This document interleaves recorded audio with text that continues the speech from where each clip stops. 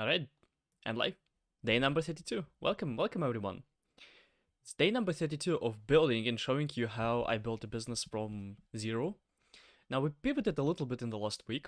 We pivoted from building a platform to actually first launching my course, which is my main business, to then launching the platform and running my course on the platform that we develop. Here's the platform that I have. Oh, here's the platform that we have. This is not a distraction. And I finished with all the modules. Finally, we have all the materials. Everything's there. So if we go here to the triggers, you can see that we have here triggers. So we have here some theory, common mistakes, and blah blah. And we don't have really tasks now for the trigger and for the circle because it's kind of not that straightforward to implement, but we're gonna implement it a bit later. So for now we have only tasks for those things, and for example if we go to variables, you can see that you can immediately code here. This is what we've been developing. You can immediately code here in Apex string blah blah blah, run code, and then we're gonna get some points. The points are not saved anywhere, so that's still that's coming, but the tests are passing. That's good. The tests are working quite great. We already had the first feedback from the first users, and the feedback is quite good. People are still testing it, people are still using it, and I plan to run the whole course that I'm gonna launch. So the plan for today, we are done with all the uninteresting tasks like writing materials. Now we're gonna have a really fun stuff to do. The fun stuff is finishing the Gumroad pricing. This is how I'm gonna accept the money, with the Gumroad. That's the easiest way. So I'm gonna be using Gumroad. We need to finish the whole Gumroad page stuff for today. That's fun. And then we need to start with a webinar. So I need to prepare a webinar that's gonna sell, because I'm gonna sell the course with a webinar. And I already have the webinar that I used the last time when I launched. And the last time I made around 10k launch. This time my goal is to make 20k launch, so double 20k launch. This 20k launch, it's gonna be not 30k launch. This 30k launch, I'm gonna do it with a webinar and on LinkedIn basically. That's the idea behind it. And for that I need to reconstruct my webinar, because the webinar is not really as good as it should be. If I aim for 30 or 20k, well, quite frankly, I will be fine with just 20k. Like whatever gonna work. Like 30k is the number I wish I had, but most likely it's not gonna be the number, because it's way too high for the amount of people I can invite to the webinar. Most likely the whole launch will be around 20k or something. But that's fine. That's gonna keep going the whole company, the whole platform. And once we launch the course, we're gonna run the people through the platform, and then on this platform they're gonna give us feedback, and we're gonna see what we can improve. And after that, we're gonna launch it to the general public, the whole page. That's the plan. Today, day 32. That's crazy. That's quite crazy. Let me check that I'm live everywhere. Yep, I'm live here, and I should be live on Twitch as well.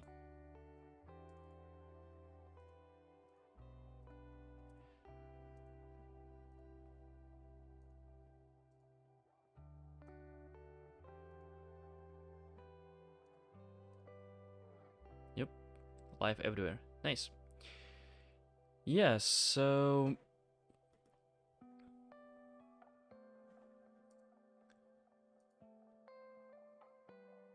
first gonna be finishing Gumroad, and then designing a webinar. That's gonna be hard. I hope that I can finish with the webinar by the end of the weekend, and that would be nice. But we really need to think about how to make the webinar.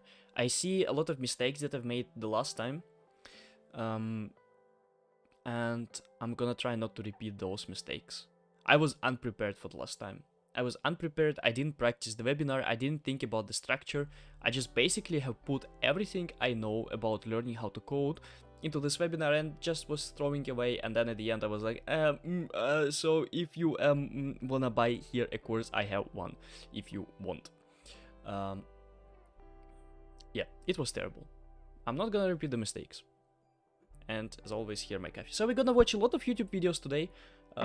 Try to understand how other people sell the webinars with webinars.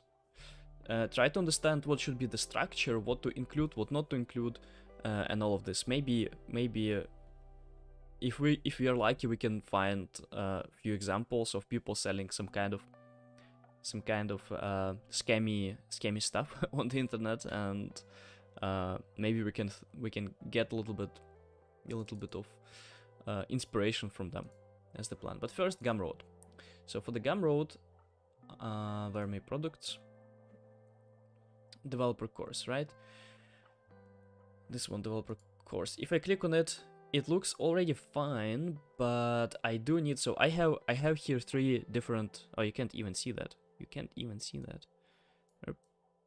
Here we go, like this. So I have 3 different packages here. Basic, which will be just video recordings and live lectures, that's it. Then Master Group, this should be the most popular one, and it's gonna be access to the platform, all the videos, code review, and they can also ask me questions per chat. And then the last package gonna be mentoring, and the mentoring, I'm gonna only accept 10 people for mentoring. Yeah, those are the packages, and I can make a guarantee already. If the person who goes through the course, if by the end of the course they solved everything, they went through all of the materials, and they can't code, I'm gonna return 100% of the money. It's just impossible. It's just impossible. I know, because I saw people going through the program, and so far I didn't have a single person not being able to code if they solved all the tasks. Of course, if someone goes through the program and they're like, yeah, I only solved 3 tasks from 100, yeah, of course you can't code, of course, that's quite obvious.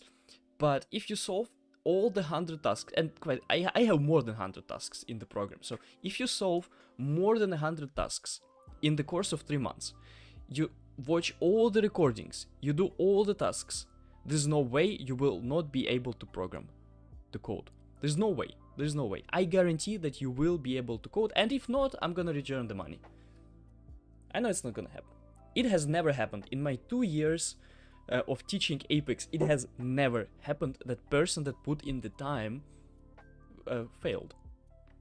People fail not because they fail, they don't know what to learn. They fail because they just don't have enough motivation, and they don't have enough they just don't do the stuff. Like, they just don't do the homework and they fail. That's quite frequent, and obviously that's, if you don't do the work, you will not succeed there. But then the question is, there are some people who kind of want to learn how to code, they spend a lot of time on it, but at the end they fail. And they kind of don't show up, for example, for mentoring sessions, or they don't show up for lectures. And then it's the problem rather with the priorities. Like, what is your priority? Like, do you really wanna learn how to code, or maybe it's not your first priority? Like, if you don't feel like you wanna spend a lot of time on it, because learning how to code is so time consuming. So if you feel like you don't wanna learn how to code, or you kind of miss some deadlines, miss homework, why? It's most likely it's because priorities are set differently, or maybe because learning how to code is actually not the goal that you internally deep down want. So if you really wanna do something deep down, you're gonna find time. You're gonna put aside everything. You're gonna put aside your certifications. You're gonna put aside a lot of different stuff to actually learn how to code. So those are my observations. Yeah.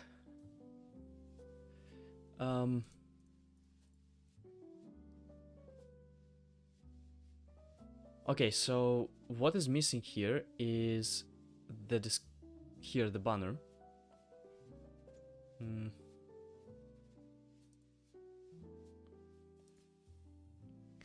Let me think how to implement this thing.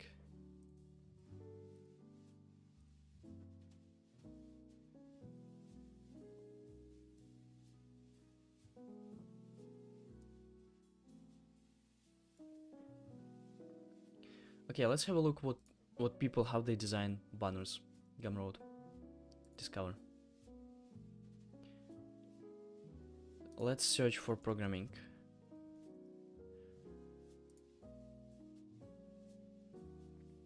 Okay, so they have this nicely designed.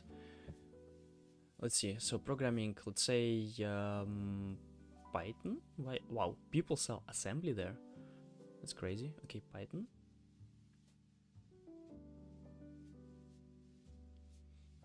Python. Let's see. It's gonna be good ranked, and minimum price will be 100. Didn't I say 100? Why do you show me this one? Okay. I don't see that many sales though.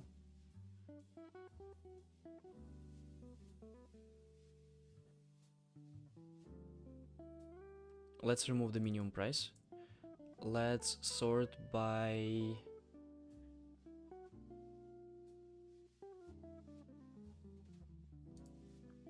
most reviewed and the price at least $10.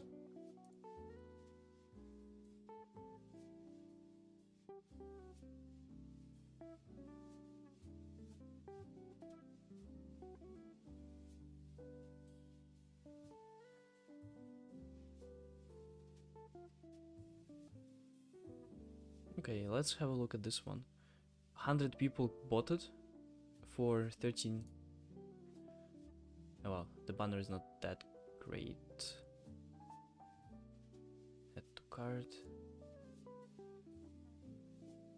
So because I'm in Germany, the price has been discounted 21%. Is Germany that poor? Is Germany that poor that we have 21% discount over what country? Over US? I feel attacked.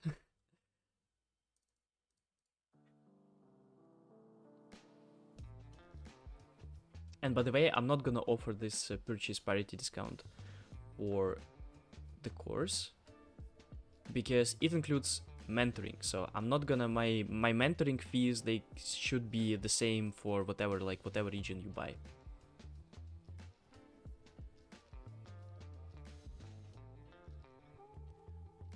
Okay. Oh wow. Is it? Are those screenshots? Those screenshots. This is a good idea. This is a nice idea. To put screenshots. Nice. Good idea. But the banner still is not convincing for me, to be honest.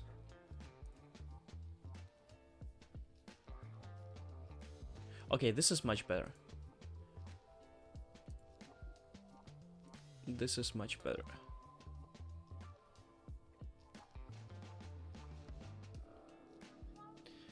Let's see, let's go to my website. Let's see, maybe I can do some screenshots from my website and paste it into the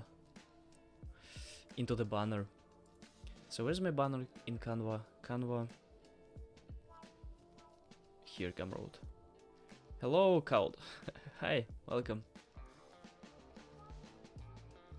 This is a really good banner. Like, I like this banner.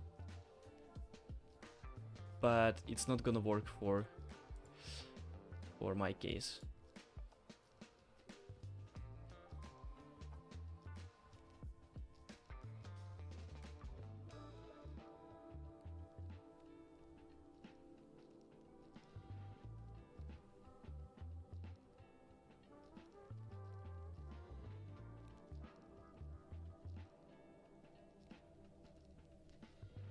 Okay, we could, for example, take this one. Let's see.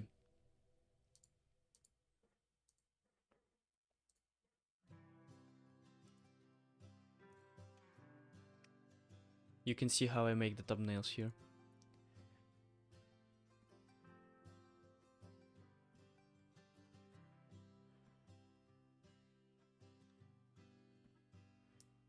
Nah, I don't think it's gonna work unless we can do something like this.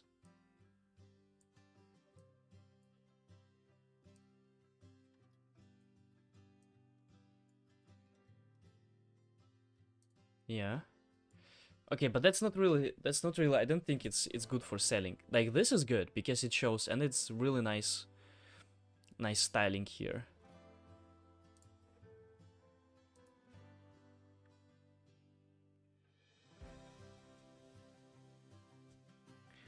Pricing. This is good. Like this thing, I think that's worth including.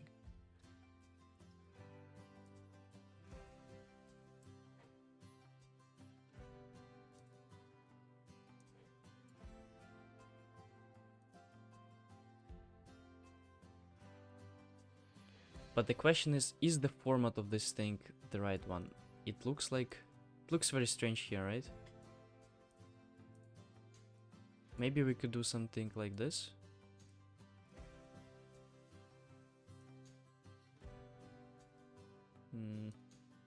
Nope.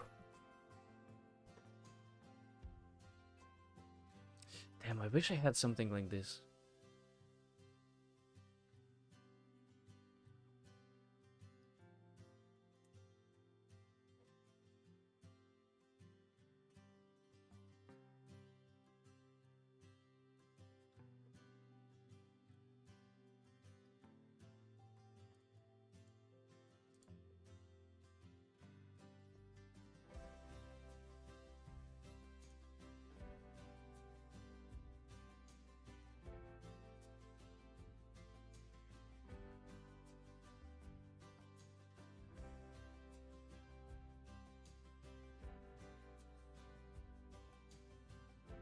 Okay, so a few things that I liked, for example, from this one is those checkpoints, like check, check, check. I think it's a good way of showing this banner. So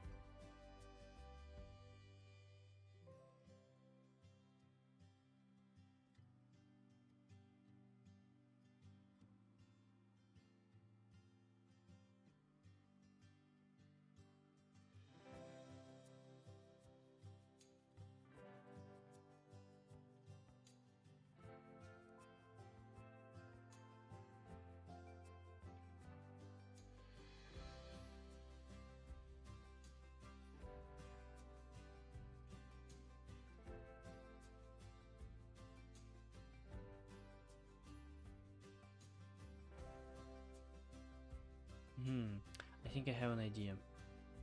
Let me first find my webinar.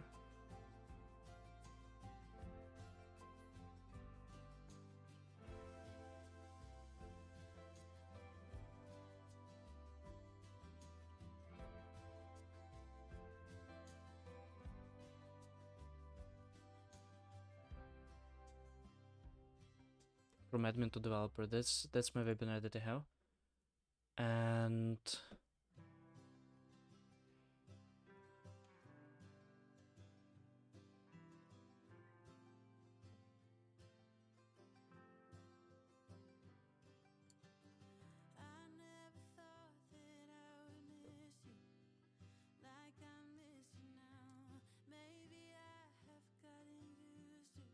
yeah, I can, for example, download this one and include it here in the banner. Everything takes so much time. You see, just a simple banner. Maybe I am overcomplicating these things. Maybe. But because I was overcomplicating things in the content, I was able to produce really good content. So now I want to overcomplicate things in here as well. No, that sucks. Doesn't look great.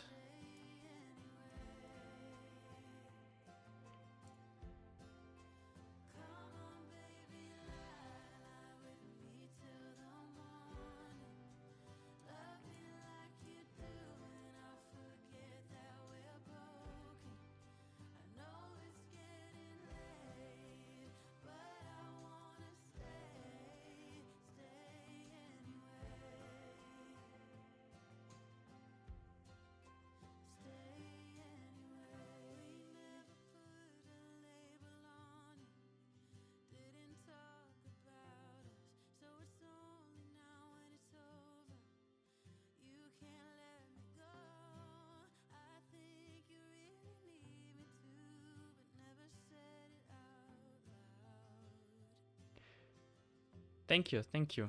I will keep going.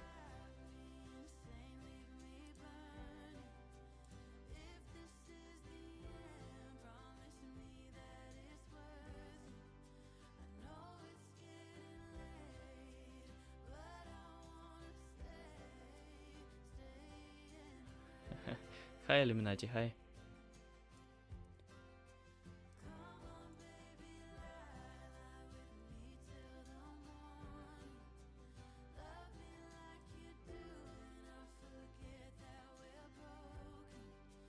Here's an idea how it could look like. Here we're gonna include some benefits. Still doesn't look right. Okay, another idea that I can do is I can put here a person.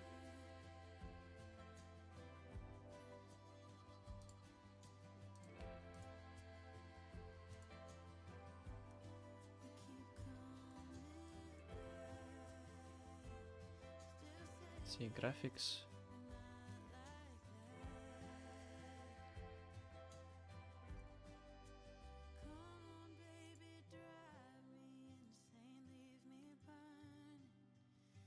Let's see, person.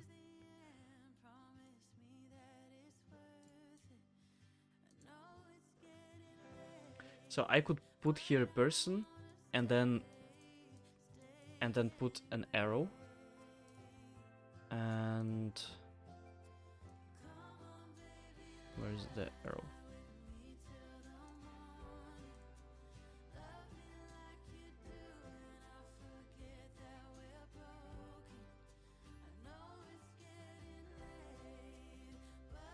And then put here something like developer.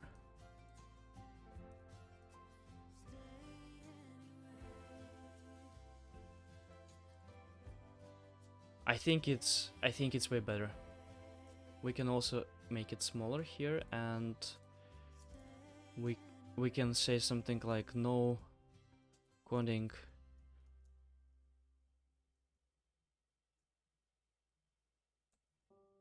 knowledge.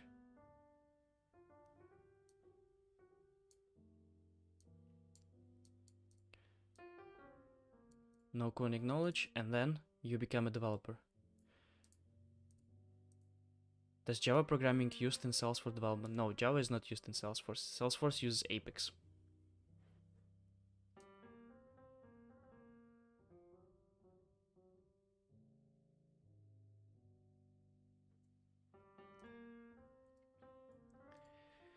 I wish someone more experienced would tell me if I'm overcomplicating things or those things actually matter, like what kind of banner do I have. I don't think actually, so I don't think it matters for super big detail, but I think it matters overall in general because it kind of gives you like how clean is your product page, right? That's what I'm doing here basically.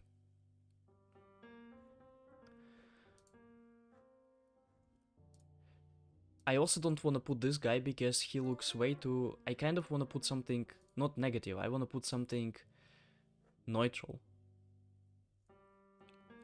Like this guy is way questioning too much. Like I like how they look, but I don't like that they are they're asking questions. Like, I want just normal guys standing there.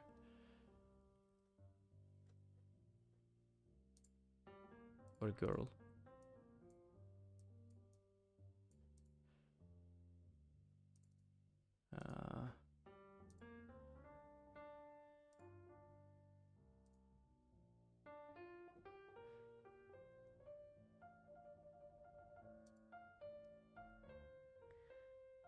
Brownie mother. Let's see what she has.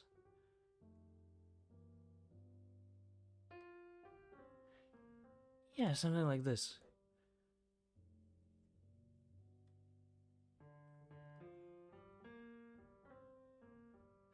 I understand that they all show emotions, right?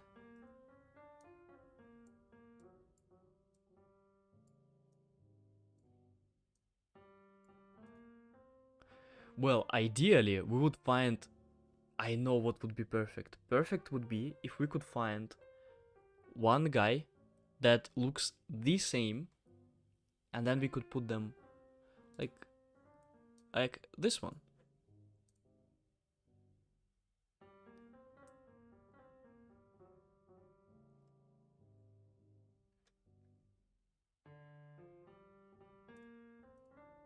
Then we could put them both on different sides. Like this goes up. She goes here. And she goes here.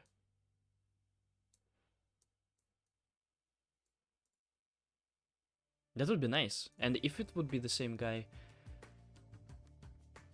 asking question like this one.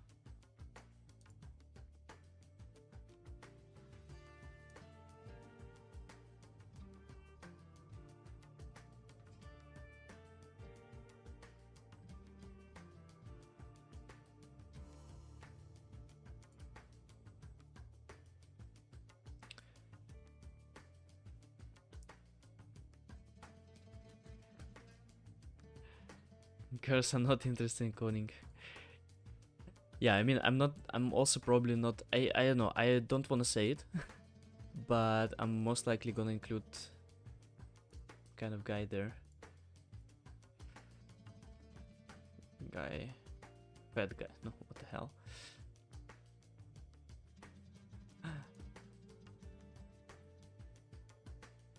I mean, quite... Let me think. What is my customer? How many of those are women versus men? I would say 70% of my clients are men.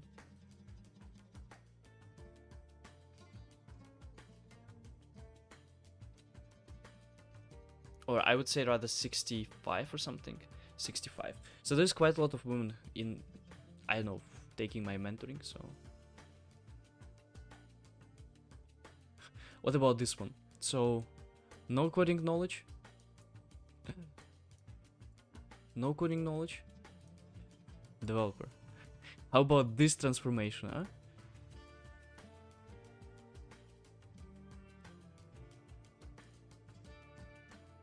I think the biggest is if I ask a question here. Okay, question.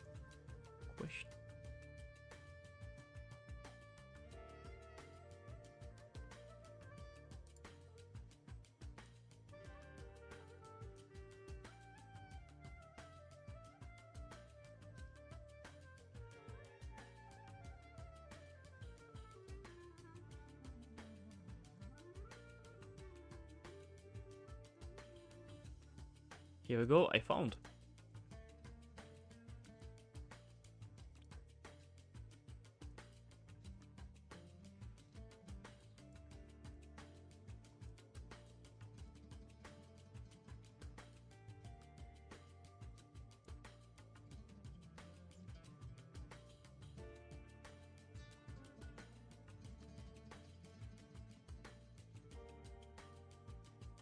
Nah, he looks like he's questioning in all the cases. 60, let's make it 50. 50 here. Nope, not gonna work with 50. Let's make it what? 35. 35, no coding knowledge, and bigger for coding knowledge, like this. Doesn't matter that much what image we include, but it does matter what's written here.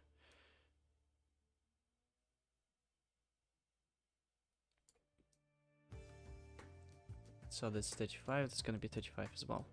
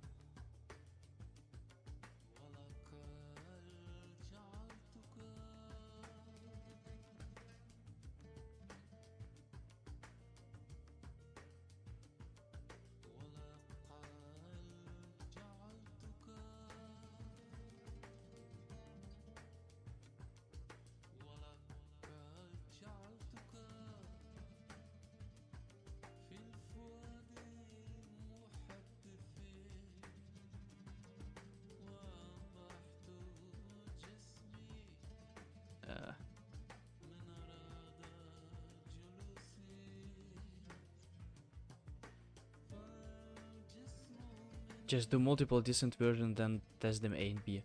Yeah, well, I cannot really test A and B. How would you see A and B will test? I only have one shot. I'm launching the course, not the platforms. This is for the course.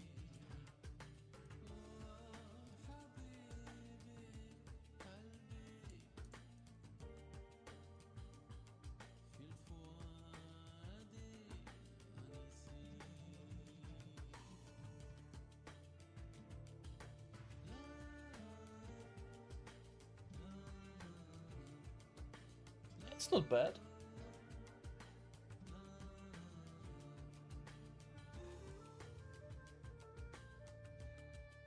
It's not bad.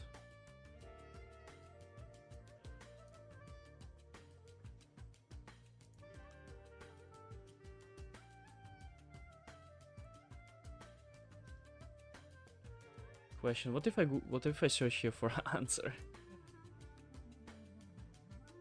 Why cannot I just find two identical people?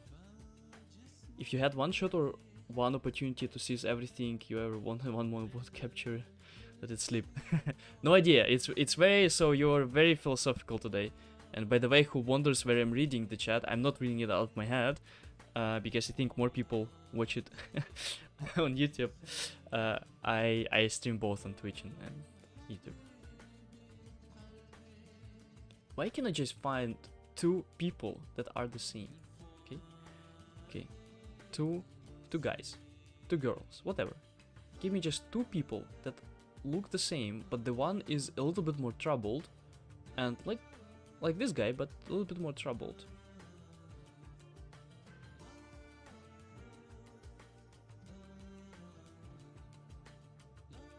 Well, I can, you know what I can do? I can just remove those guys. Just leave it like this. Make it bigger.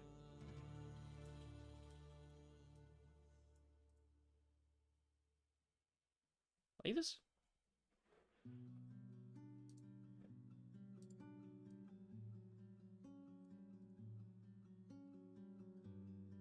Missing something, right?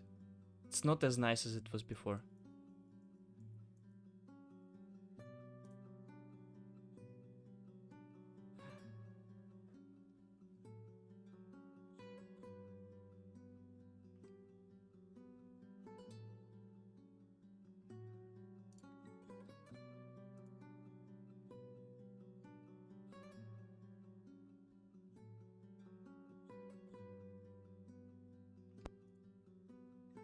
What about this guy?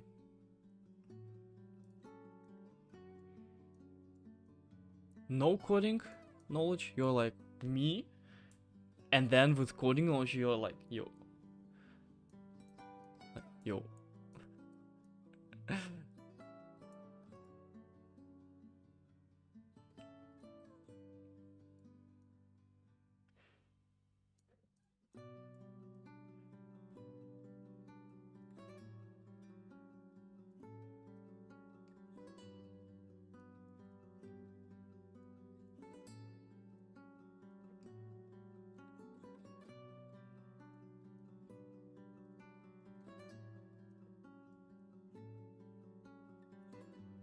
One sad peak and one happy peak. Yeah, exactly.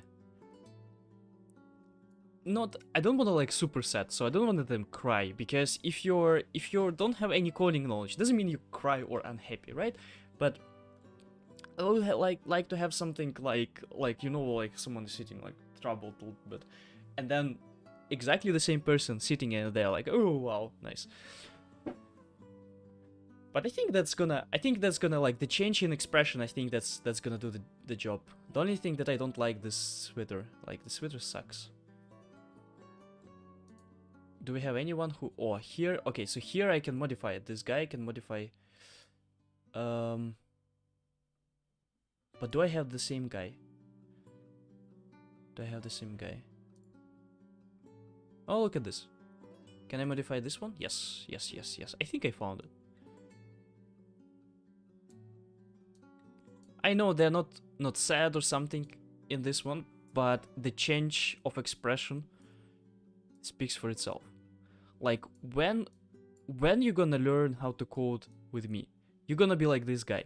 Like, suddenly, all your life gonna get so much better. You will be so confident. You will be like going like this. You to the job. You're gonna know how to code finally.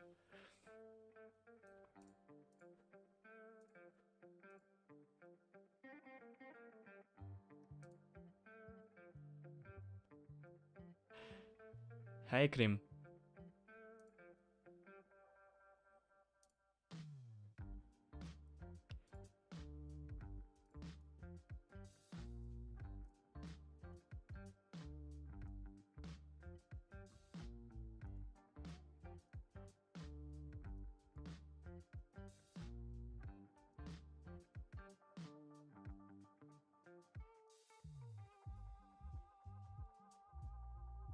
What are you working on? I'm working on the coding school in general, if you're asking like in general. But currently I'm working on creating a banner for Gumroad selling page. Where's my Gumroad page though? Developer course. Yeah, look at this. That looks awful. But now we're gonna make it a little bit more interesting.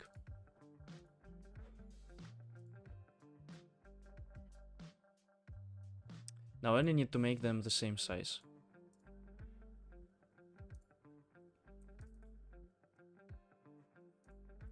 Salesforce, yep, Salesforce. Are you familiar with Salesforce? What's your relation with it? I am Salesforce developer.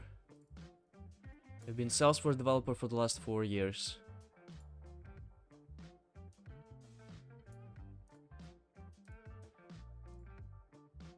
Nice. Are you in the Salesforce ecosystem? Because I feel like 99% of people who watch me on YouTube or Twitch, they are not from Salesforce ecosystem. Which I wonder why people watch it then. Because everything that I'm doing is very, very like Salesforce specific stuff. I've been in SevDev for the last year. Oh, nice, nice, congrats. Congrats. Is it your first like dev job, or you switched from other ecosystem?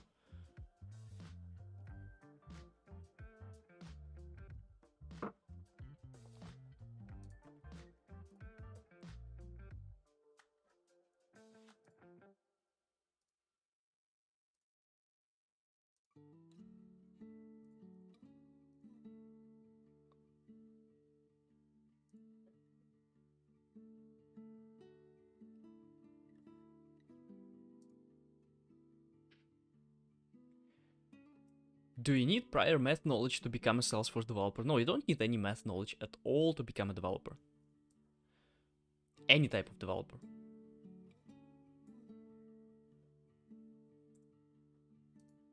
Now look at this guy. Damn, I cannot modify the color. If I only could modify the color. I started as a full stack web dev, then transitioned information system consultant as per my degree, then I went recently into Salesforce ecosystem. So do you like the Salesforce ecosystem? Connect to me on LinkedIn. We have very, like, we don't really have a nice,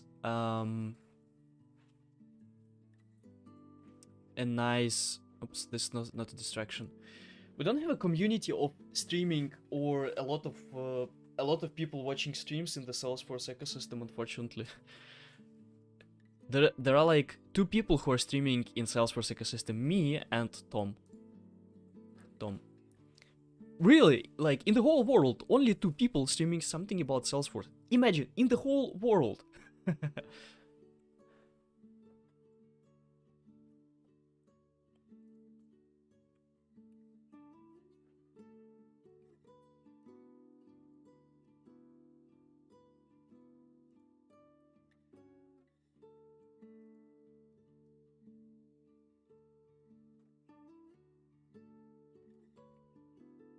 Yeah, I mean, Salesforce ecosystem is awesome. Like, Salesforce has a very unique way. Whenever you go to some kind of Salesforce events, you feel like you're going into the cult. People are so nice. People are... I don't know, the ecosystem is awesome. The developer experience, though, not as good as for, like, web development.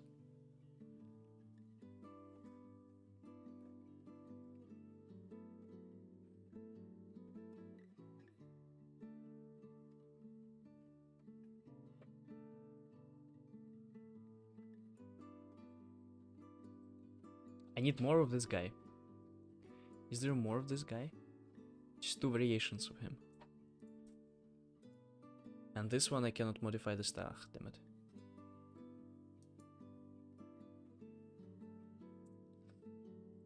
Okay, so this is already something. This is already something. What if I make it like this?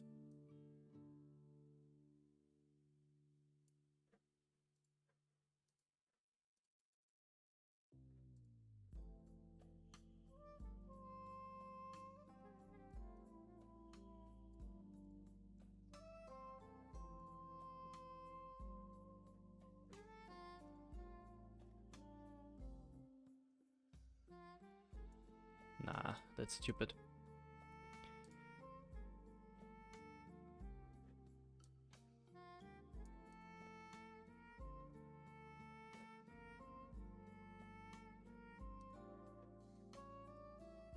If only I had this guy.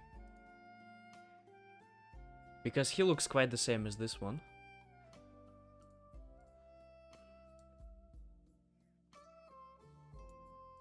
Like, look, that looks actually quite good. I was talking about it recently with a friend. Even the documentation, apart from Trailhead, which is not really a fan of, is really liking compared to what I had experienced with JavaScript AS Dev World. Yeah, totally. So I was developing in the last couple of weeks a little bit with Next.js, and it was awesome. Like, the modern front-end development is so far ahead of Salesforce development. Like, the whole Next.js thing, it's so good, so different. And in Salesforce we are stuck with the LWC, which is not even TypeScript. Like, which is not even TypeScript. We don't even have an option to write TypeScript in Salesforce. Like, what the hell? I mean, it doesn't... I can shit a little bit on Salesforce. I still love the whole platform and the whole ecosystem. It's wonderful. Especially if you're into working with businesses. If you, like, really like the business part of development. Salesforce is awesome. You always work with businesses. You always, especially if you work in consulting, you work with businesses, you get to see all the business models, get to speak to a lot of clients. It's awesome. But the dev experience is not the best one. So if you really want to be just geek out about development, Salesforce is not the best platform.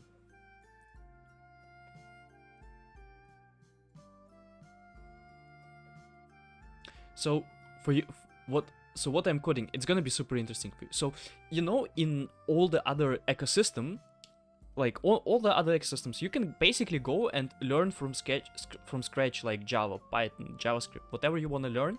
You can go and find an interactive platform where you're gonna have a lot of material, and you're gonna go through this material, and you're gonna code directly on the website, and you're gonna practice a lot of stuff.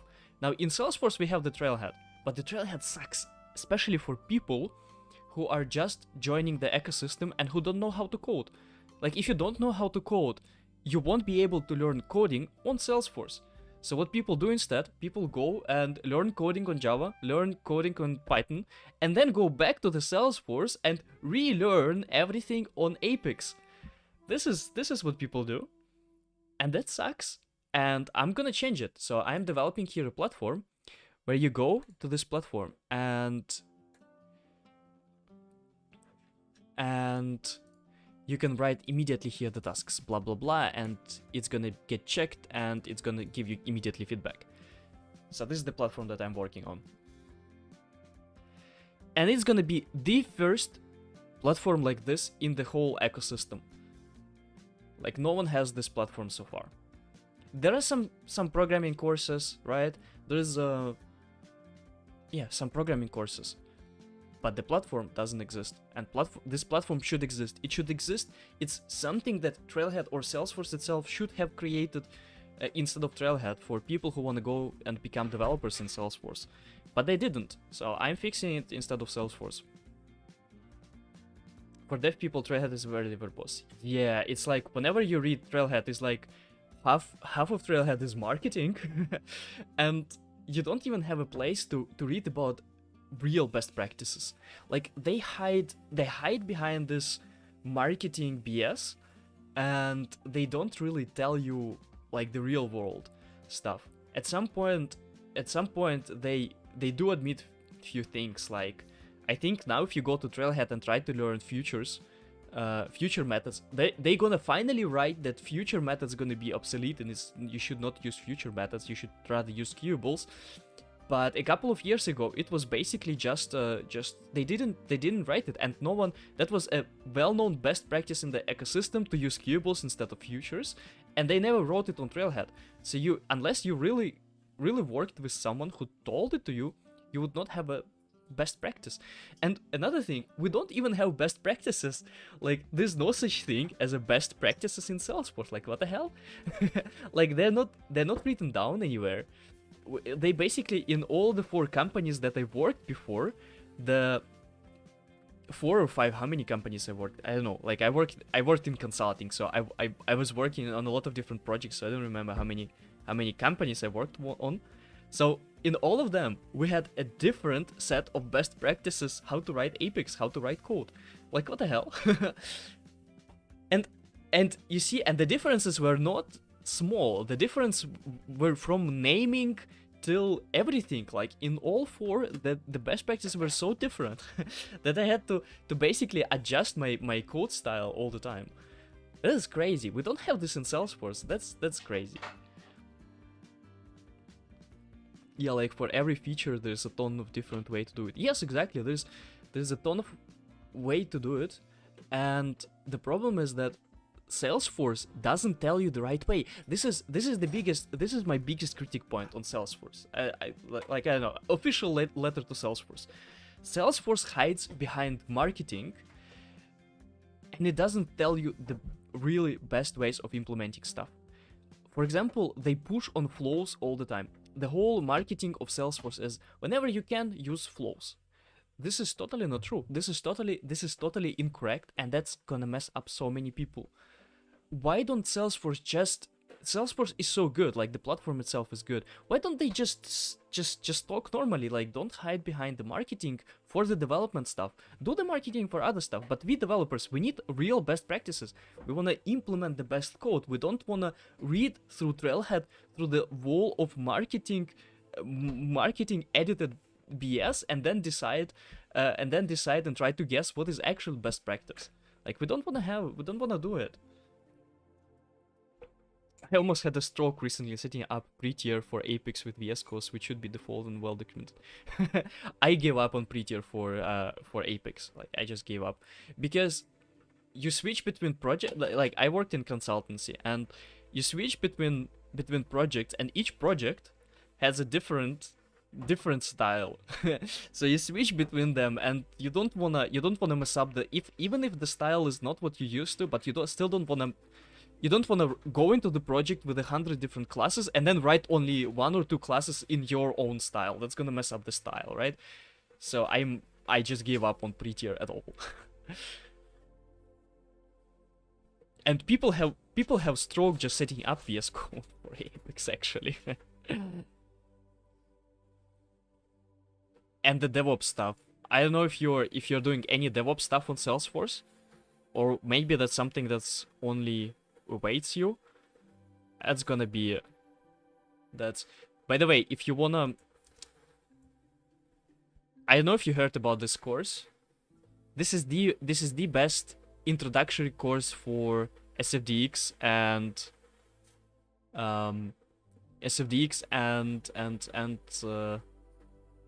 CI/CD for Salesforce. Like I think it's a good one.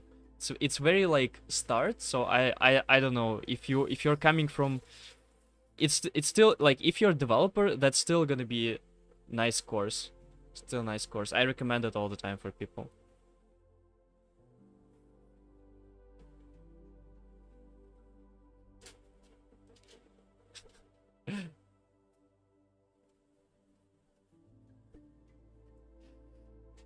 Yeah, setting up GDK, that's crazy. Alright, so what was I doing? What was banner?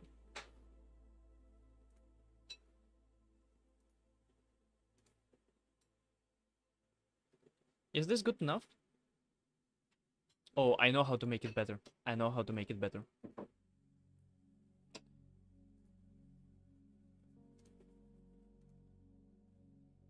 There is a small life hack how to make any design better.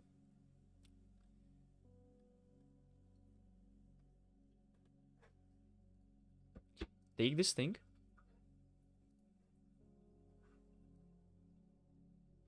And put it here. And then take the same. Wait.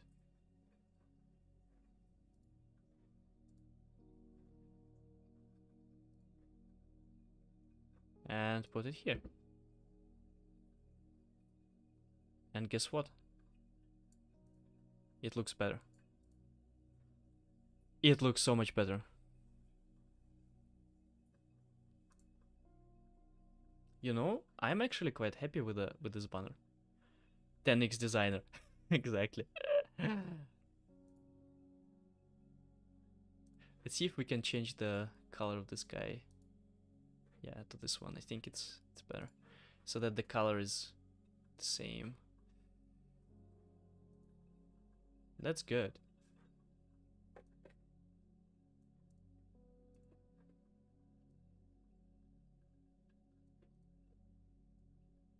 Let's download it and see how it looks on the page itself.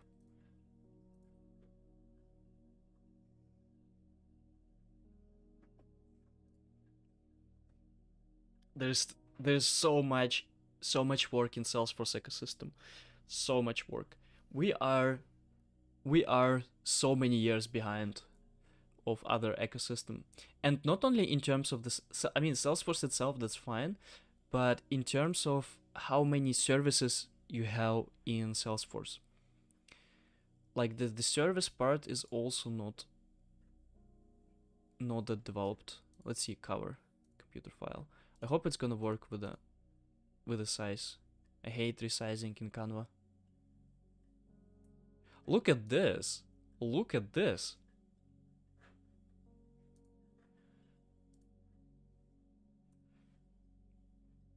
Look at this. This is good. This is good. Now this is awesome.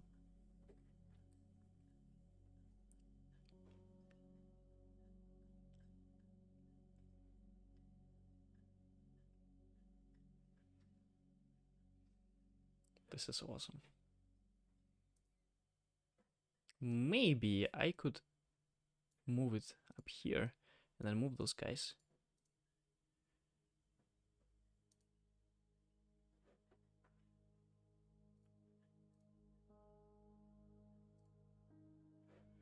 Let's see. So once I had, let me finish this, not getting distracted.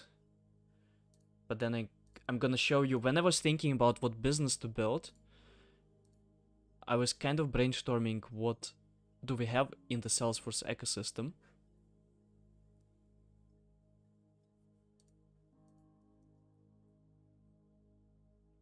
This is good. I'm happy with that. Like this is awesome. I don't think we need more. Maybe I could add few more images to show some, I don't know, what are the benefits of the course. Yeah, look at the difference between this and this. Like this is such a huge difference. So when I was brainstorming, what do we have here in the Salesforce ecosystem? Here's what I found out. If you look at usual journey of a Salesforce developer or any kind of developer, that usually goes like this. You're a junior, then you're middle, then you're senior, and then you can branch out. You go either the technical route, which would be technical architect and then CTA, or you can go more into the management position, which would be team lead or lead developer and then manager / CTO, right? This is usually the way it works. And then you have, this is something specific to the Salesforce ecosystem, you have non-developers. So you have people who are doing some automation on the Salesforce, but they're not writing the code. They're doing it with flows, with whatever they do there, like with all the other tools, non-code declarative solutions, right? This is something that Salesforce pushes a lot. And this is awesome because that allows businesses to develop so much quicker solutions without actually hiring developers. That lowers the bar for creating some automation. Now, the catch is, first, a lot of people who are here would a lot benefit from learning how to code, at least on junior level. This is what I'm covering. This is what I'm aiming for, right? I'm not aiming for everything else. But you can see here with red, this is services that exist in other ecosystem, but they don't exist in the Salesforce ecosystem. Does a Salesforce have a course or any type of service where you can go from being a senior to being a team lead? No. Where you can go from being a team lead to being a manager, where you can go from being a middle developer to being a senior. Yes, you don't become a senior developer from middle developer just by doing a course. But those courses, they don't even exist. They don't even exist. Like, they should exist. It doesn't mean that you will become a senior by just taking a course, right? But still, those things, they should exist. So here, guys, whoever watching this, look at how many, and each of these points, it can be a separate business. It can be a separate business. So guys, look at this and go just do one of them. Like, we need it in the Salesforce. Or look at this, for example, how to go from being a consultant to being an architect. You do need those courses, or not courses, services, I don't know, a mentoring, or at least a course, at least a pre-recorded course from people who have done it, who were all the time consultants and then they become architects. Why don't those people go and just record the course to help other people and maybe include some mentoring stuff? Yeah, not only course, I don't know, platform, whatever, like, we need those things. So guys, who is, like, whenever, if you're in the Salesforce ecosystem, just do something out of it. I'm focusing only on this part. I'm focusing only on this small part. That's it, for now. Maybe at some point I'm gonna focus on junior to middle.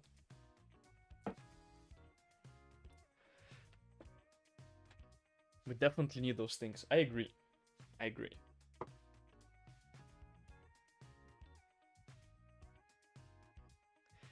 And the thing is that those things, they are, I would say, to 50% Salesforce specific.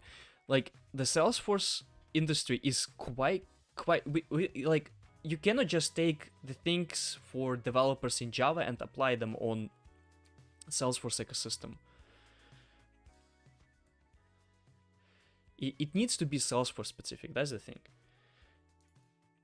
So here, I just gave away for free so many business ideas. I know that no one gonna do it at all. Imagine, we didn't even, so we don't have, this is what I'm covering. We don't even have a proper course for Salesforce complete beginners. I mean, we have it, actually. Now we finally have it. But a year ago, we didn't have it. Year ago, yeah, 2 years ago for sure not. 1 year ago, we didn't have it. 1 year ago, yeah, for sure we didn't have it. Now we have my course, now we have Salesforce ban.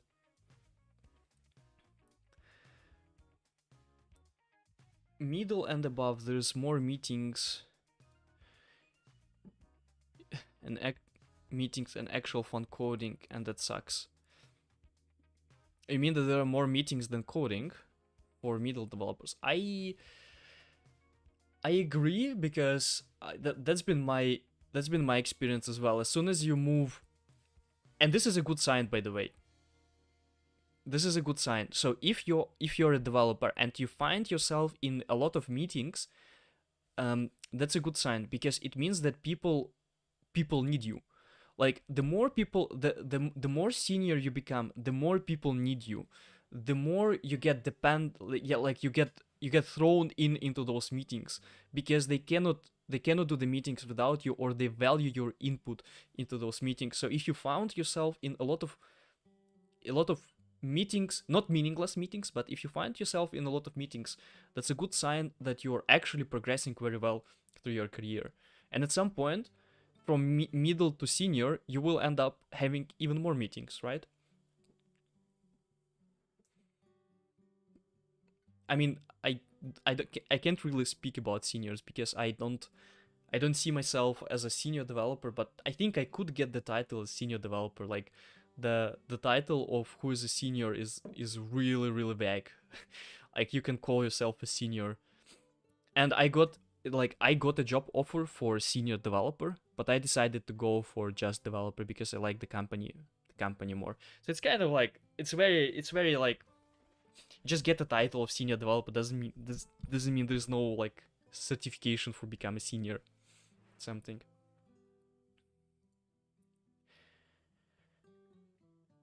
The real enemy are the dailies. I agree. At my last job, we worked with a freaking agile. We had agile coach. Did you ever have agile coach at your job? If you have agile coach, this is where you start get a little bit uneasy as a developer. So when I joined the company, the agile coach sat down with me. So he sat down with me, and we like in the closed room, and he explains for me how agile works.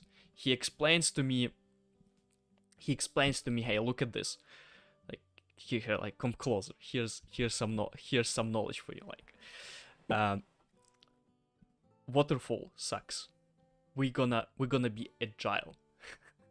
We're gonna be agile. We're gonna have a lot of meetings all the time, and we're gonna adjust the requirements on the fly during the sprints. I'm like, okay, nice. I mean, he explained it way better than I do now. He had a lot of knowledge. And then at the end of the meeting, he joked and thrown a bottle into one of my colleagues. That was agile coach of my last job. So yeah, that's been. And then you know how the agile looked like there. We had sprint planning for 6 hours. So we planned the sprint, and I was sitting for the 6 hours, and I was just doing other stuff, because we discussed tickets that I was not part of. Like, I didn't care about those tickets. And then we played agile. What is this? Agile poker or something? Agile poker, I think. Planning poker. This is the worst game ever. Like, I really get your display name, blah blah blah. I really get bad feeling when I see this game. Like, look at this. You have basically, the idea is following. They give you a ticket. Let's say I want to implement a button. So I want to see a button. And every one of you who is in the meeting, in the sprint planning, you choose the card, how many story points you think it's gonna be. Now the thing is, if you have a mixed meeting between 2 developers and 8 people who are non-developers, that doesn't make sense. Because what other people can estimate if they're not developers? Like, what they can estimate. And we had situations where I say the story points are 34 and all the other people say 1. And I'm like, hey guys, this is not as easy as you think. I see how complex it's gonna be to implement. Can you trust me? And they're like, yeah, if you say it's 34, then it's 34. So what's the point? What's the point, guys? Yeah. That's been agile stuff on my last project. Was quite crazy. I mean, the project was good, the company is awesome, but there are those funny things that happen with agile coaches and agile in general.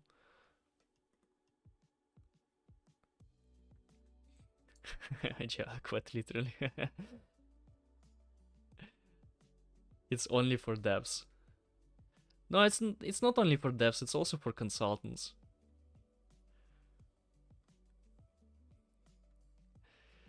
Agile is micro waterfalls, kind of.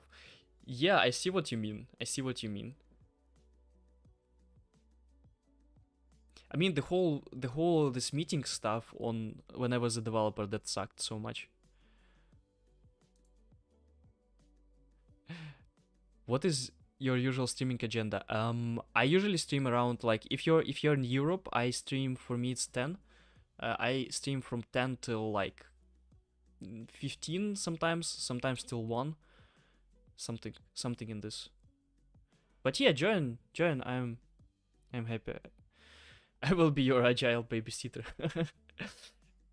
From now on, we can communicate only through story points. I'm gonna be streaming today for 34 story points.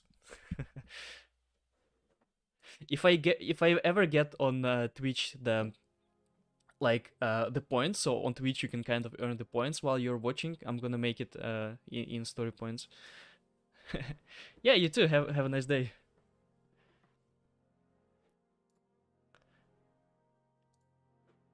Yeah, agile. I have a new coffee. But nice. Now we're done with this one. Let me have a look again at this. Looks good. Something that doesn't look good is the description though.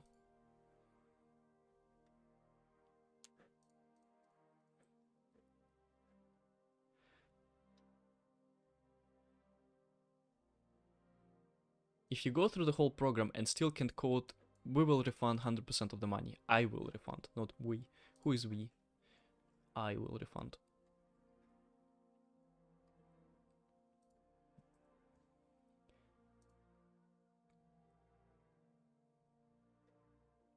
Okay, let's see how other people... I think other people do it much better. Look at this.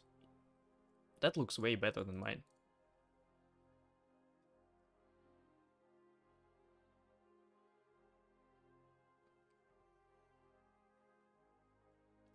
Like, the guy have here basically a whole, like, article.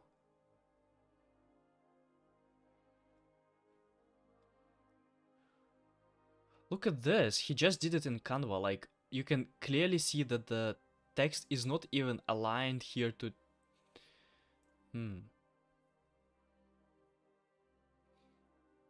If I can include images, maybe I can also make it somehow. For example, I can show you that I have here... Where's my...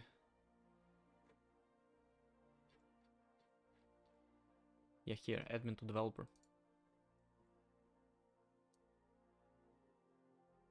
No, I don't have it. Oh, damn it. I have somewhere like a nice slide with a lot of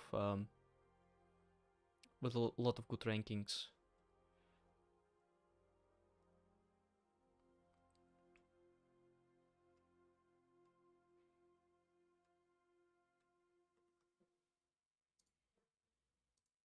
This one.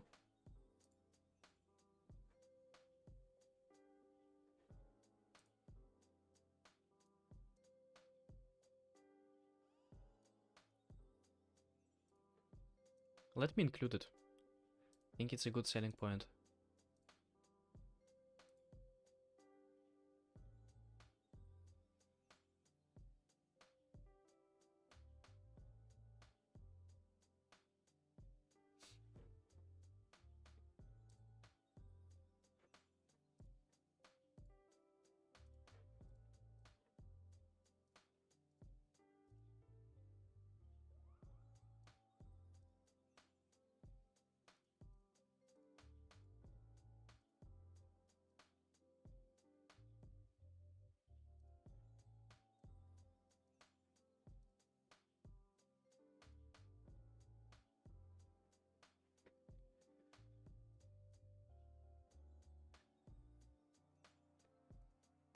Okay.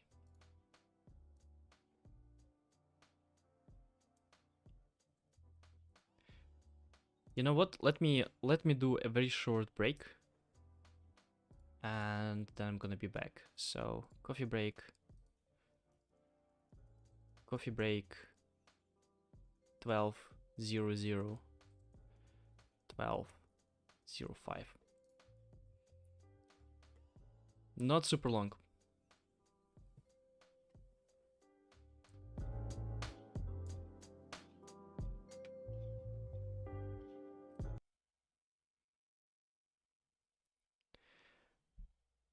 What's the microphone are you using? Biodynamic.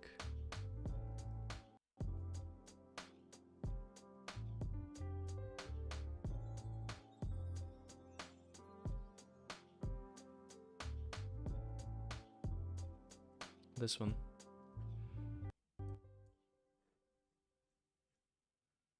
This. I don't have the set though. But the microphone, this microphone is quite awesome though. And if you can buy them together, they're really good. I can send you the link. I think they're only in Europe though. I don't think that if you're like in US or something, you can buy them. I think it's a German company, so I feel proud supporting Germans. German manufacturer. Alright, the break.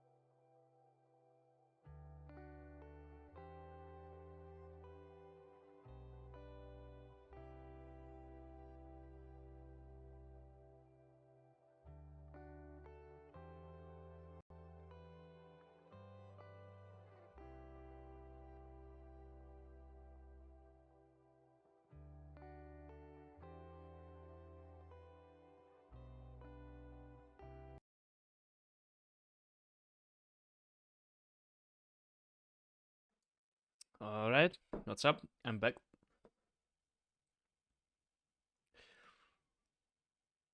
So, music. Let's put those.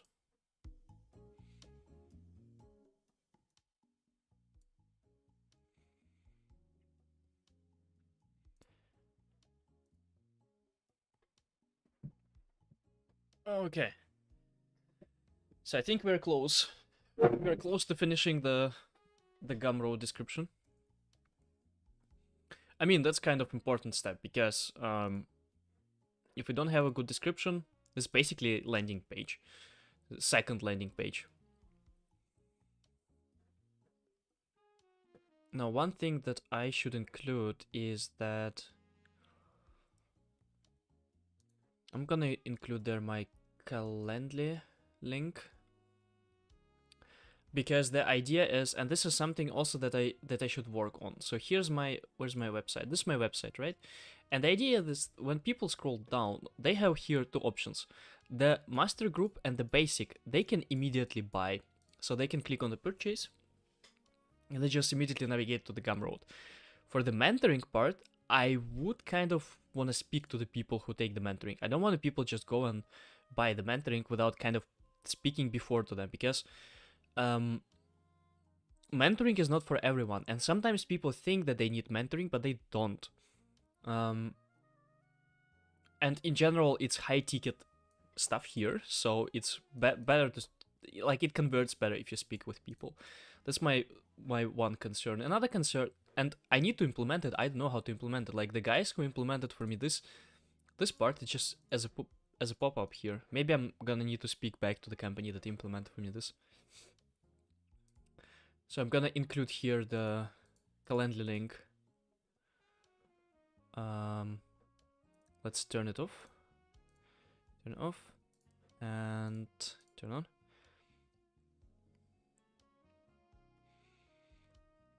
Yesterday I was studying the history of APIs, wow, and came across that Salesforce was one of the early adopters. Interesting. APIs? You know, those are like things that you never think about, that there was actually a history of APIs, because you just take APIs as if they always existed, but no, they didn't. There were people definitely who were using them, and then some people were like, what is this? What is this API?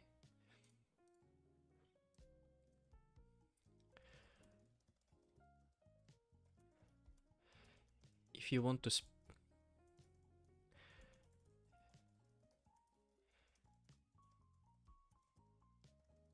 or by mentoring, book any time here.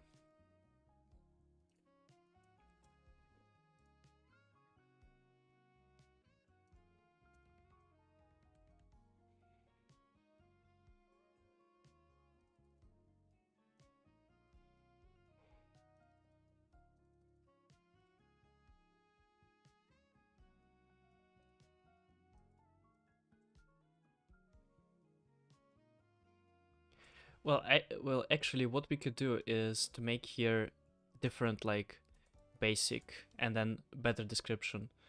Like basic includes this package. This package includes only video recordings and live lectures.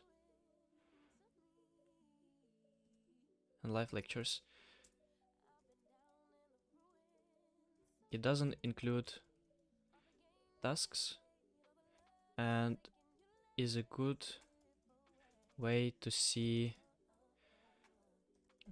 if you like. I'm not gonna write it. Then master group. This package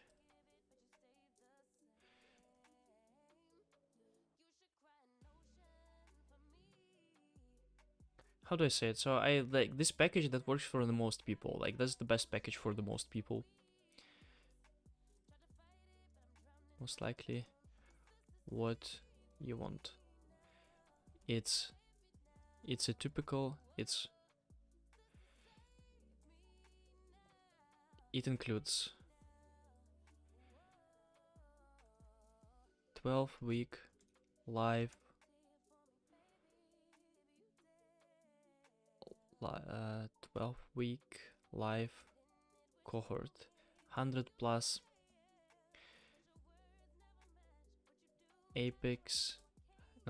hands-on practice tasks, community of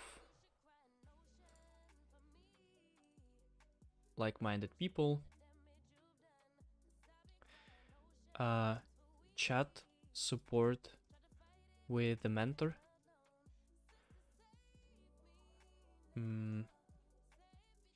personalized code feedback on request, and 12 homework assignments. Let's include here 12 homework. And lifelong access to all materials.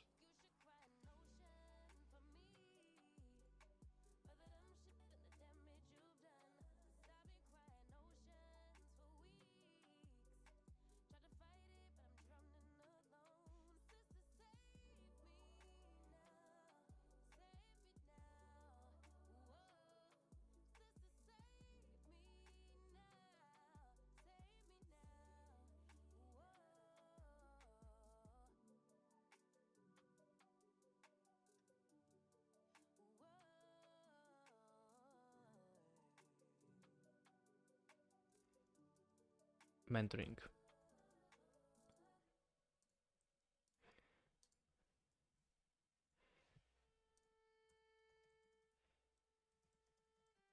This package is right for you if you want a shortcut. Like if you don't wanna spend on learning how to code ages, you just wanna be quick, you can take this package. And it's just true. Like you can reduce, if you have a mentor, you can reduce the, I don't know, maybe by half the time that you need to learn the things. If not more, if not like 10 times. It's such a big difference. If I didn't have a mentor for this course, I don't know if I would be able to make it. So mentors are the biggest life hacks that you have in life. Like mentors is, I am willing to pay for mentoring as much money as they ask. If it's 3,000, 5,000, whatever, if I have this money, I would pay it all the time. Because, and the problem with mentoring is following. You pay for the mentoring, always the price that is painful, because the level of the mentor that you need always grows. If you're a junior, you basically only need to pay the middle developer to mentor you. Then if you're a middle developer, you need to pay a senior developer, so the price grows. And then if you're a senior developer, you need to pay someone, lead developer or even a CTO or something to mentor you. So the price is gonna be always painful for your for what you earn. But it's totally worth it. It's totally worth it. The biggest life hack. Like if I only knew that mentors are such a big deal, such a big difference, I would definitely spend more time on them and money.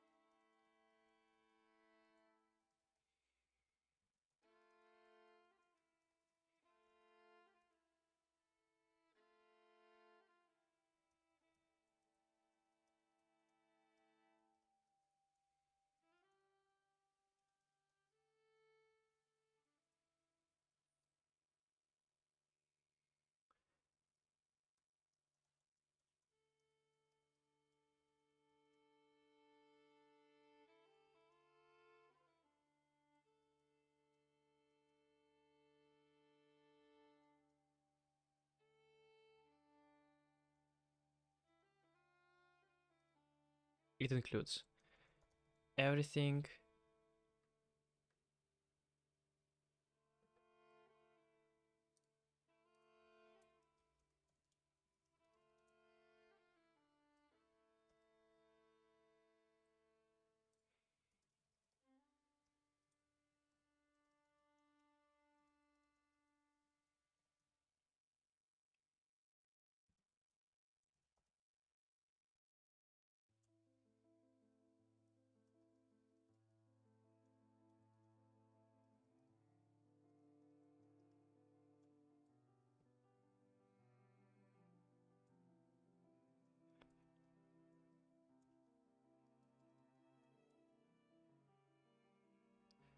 So personalized.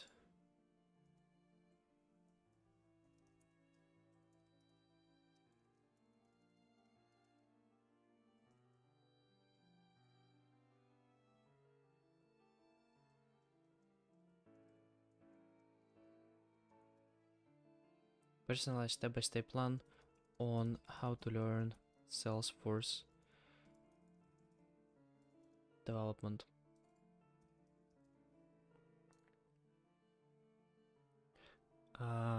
Platform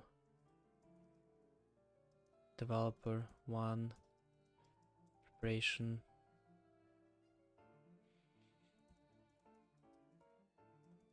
To extend the training. Platform 1 preparation. 24/7 access to mentor in the chat. Mentor in the chat.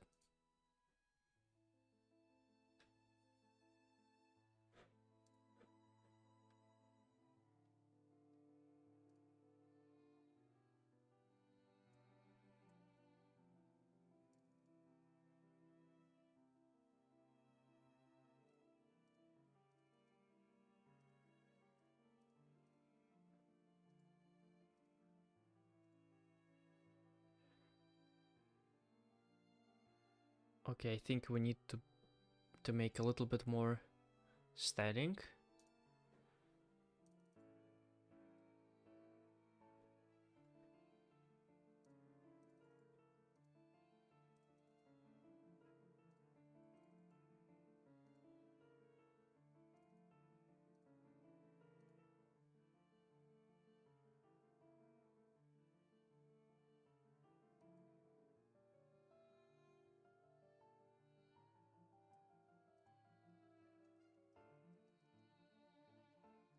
Now here I want to include, here's what previous alumni say. I'm not sure that alumni is right word in English.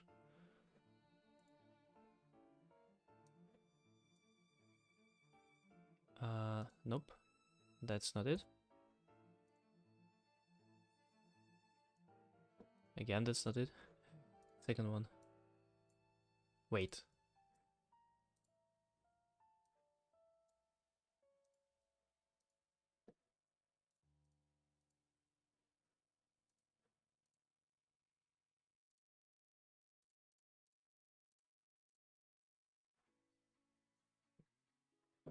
Okay.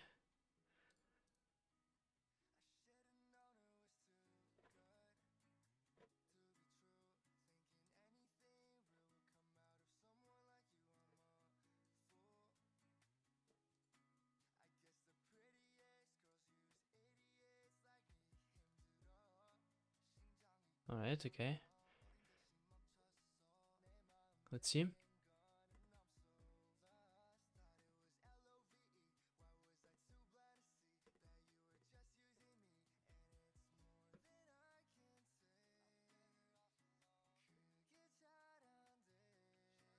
It's not really that visible, right?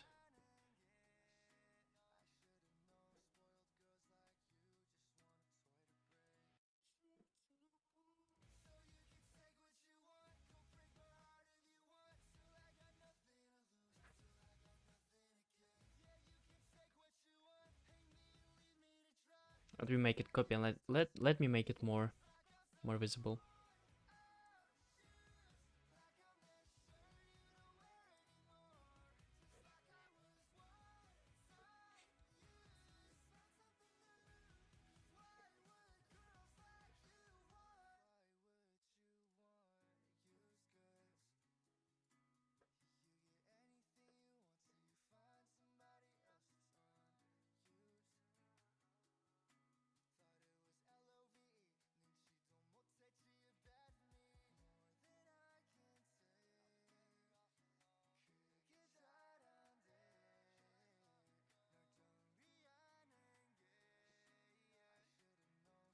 I mean, I literally have 10 out of 10.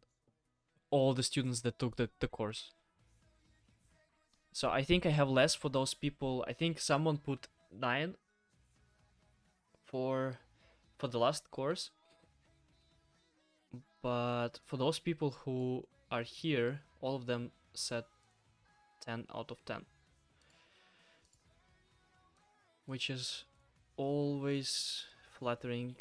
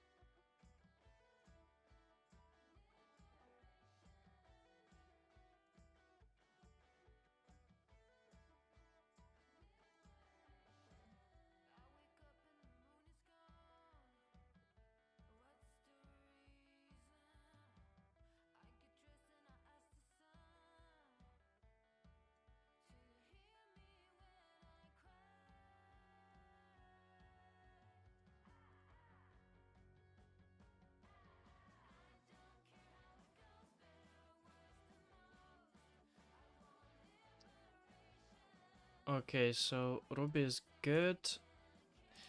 One thing, okay, Nikki, I will not include Nikki because she gave for another course for the mentoring, not for this one. So I'm not gonna include Nikki.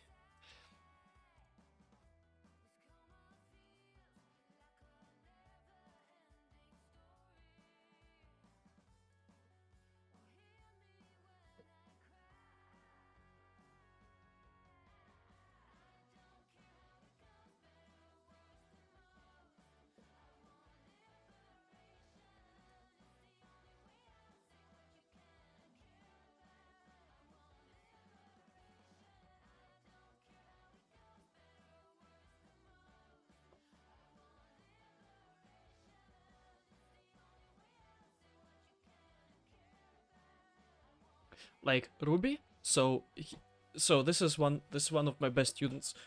Ruby is so good. Like she went from zero coding knowledge to developing. I think recently she pushed something into production on Salesforce in the course of 8 months, I think, with gaps in between. We had like, I think, 2 big gaps in between, like for a couple of months in total. So she went in 6 months. 6 months, it's impressive. Like if you people think that becoming a developer, like going from complete zero, no coding experience at all, in 6 months to being able to push production ready code on the job, this is so impressive. Like this is so impressive. This is good, and this shows that mentoring is a big thing. Like yes, you can learn a lot of stuff on your own, but you do need mentors if you wanna achieve those type of things where in 6 months you're somewhere, or in 8 months. If you're gonna learn on your own, it's gonna take so much longer.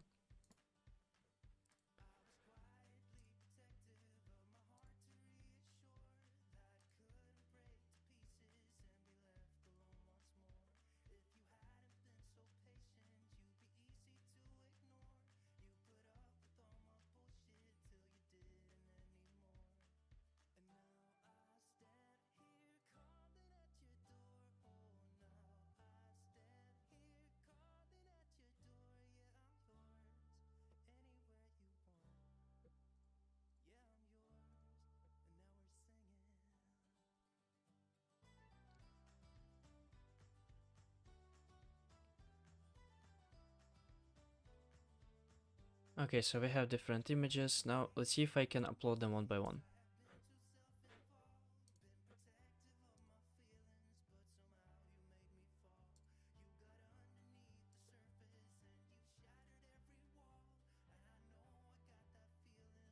I wonder how it's gonna look like. I'm gonna rearrange them later, just wanna see how it's gonna look like. If it's gonna be too crowded. Yep, it's a bit too crowded. Okay, I see. So we only need to make one with this 10 out of 10.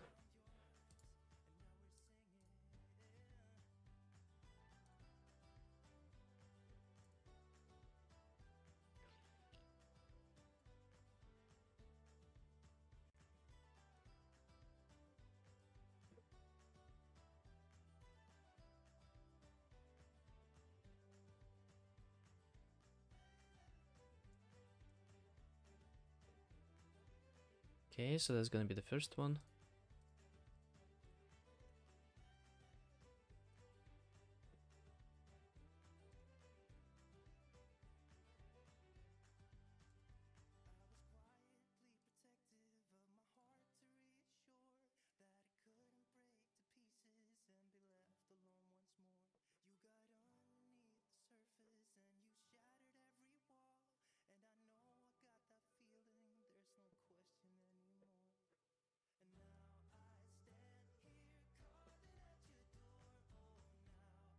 Yeah, this is good. This is good.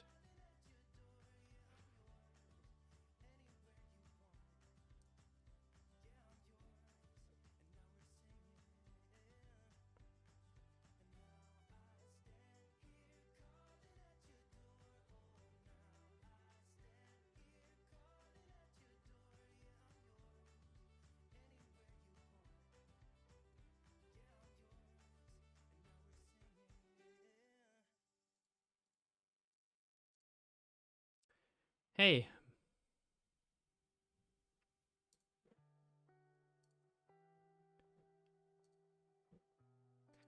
what's your age? I'm 25.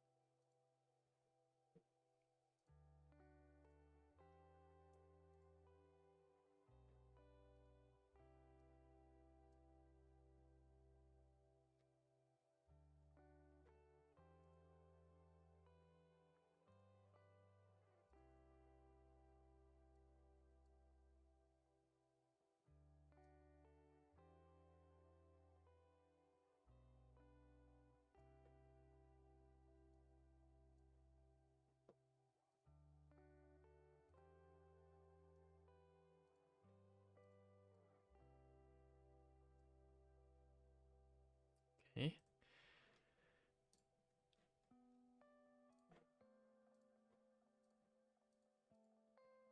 Oh, you know what? I don't have. I'm missing definitely from few students of mine testimonials. Okay, I'm gonna need to collect it. I'm gonna just write down immediately into my to-do list. For example, from Frank Dillon. Frank, give me, give me, give me a testimonial, please.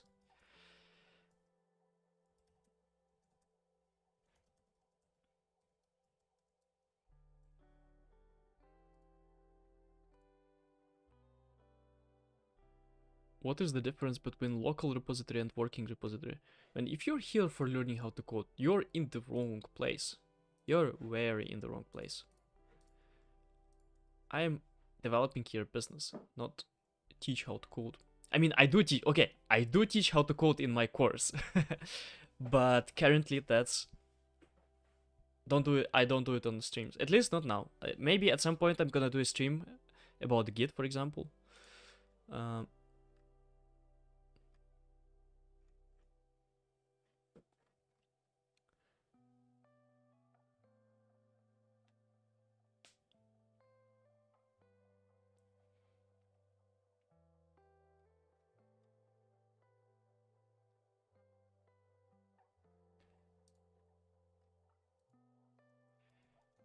Limited to 10 people.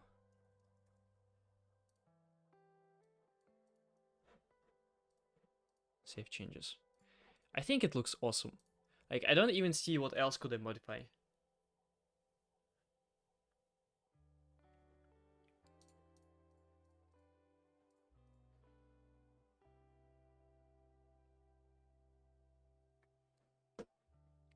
Yeah, one thing that I don't know about Gumroad, can I make here payments so that people pay per month?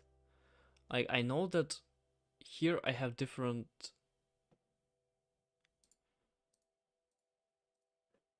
versions. Can I also make it monthly payment, not just one-time payment?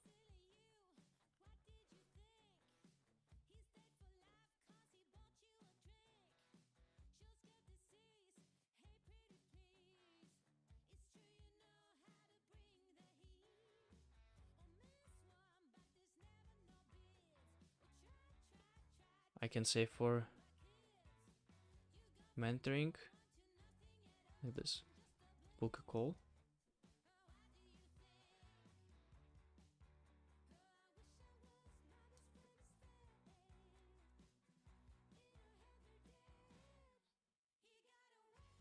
Where's it? Book a call, and here's the value. And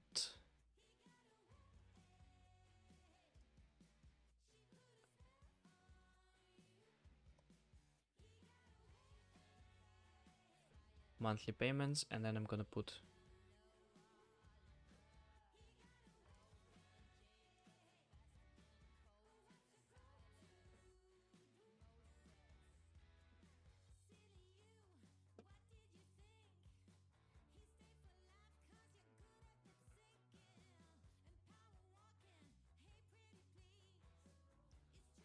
looks quite good actually.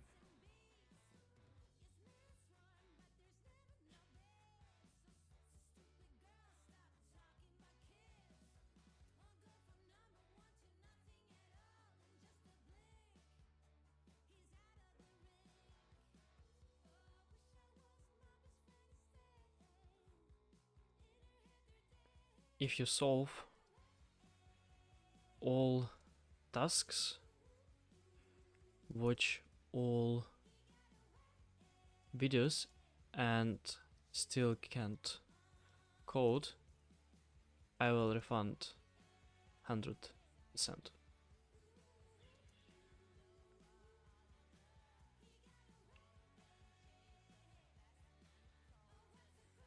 If you go through, no, let's be all tasks, watch all videos and still can code, I will refund. It hasn't happened. It has, how to say it in English? It have never happened. It have never happened before.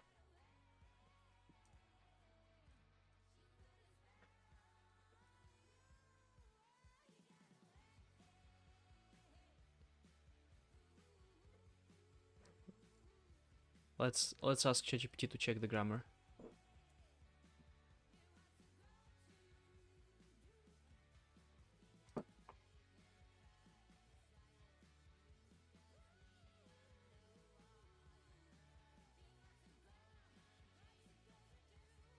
I think it should be somehow different. It has never ever This English is confusing.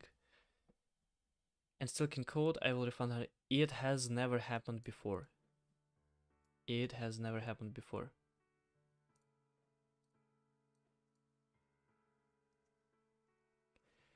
It has never happened before.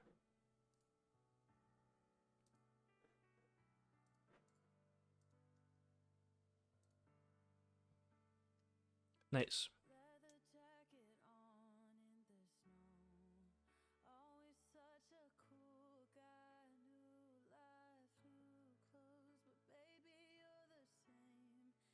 That looks good. That looks really good.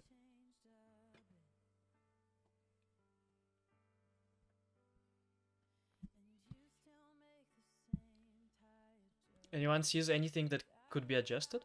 I don't see anything.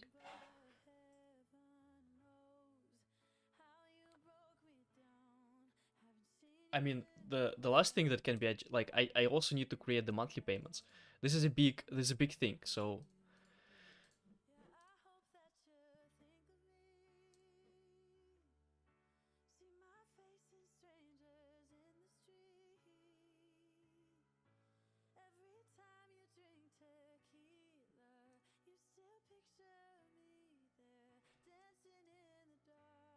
you can also pay monthly.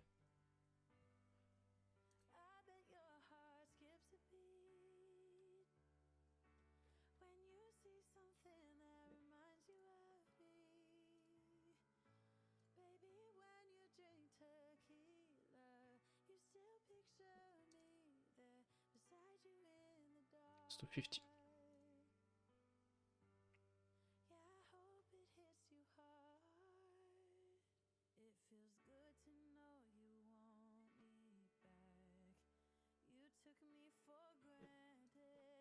Yeah.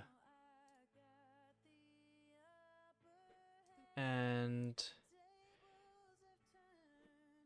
receipt library.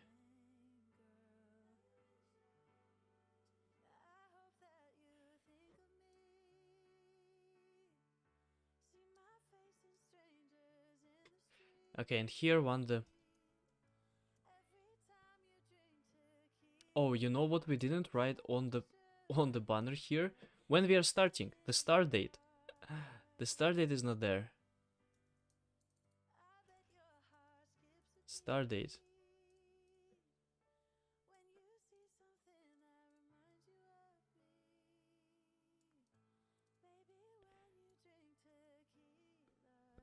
Fourth of March. For now, let's skip this one as a start date. I don't know if there's gonna be actual start date, but I think it will.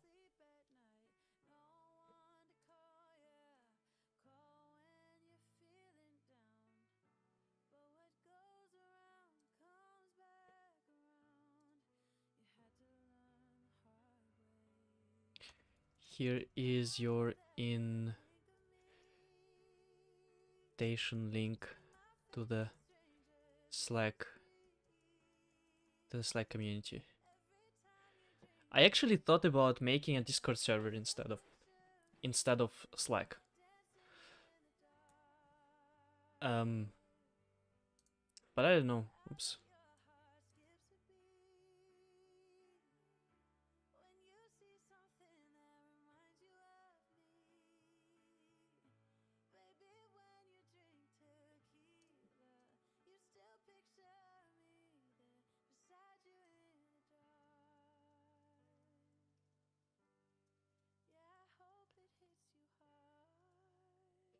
See, I just want to include here invite people and copy invite link. Nope. Slack link.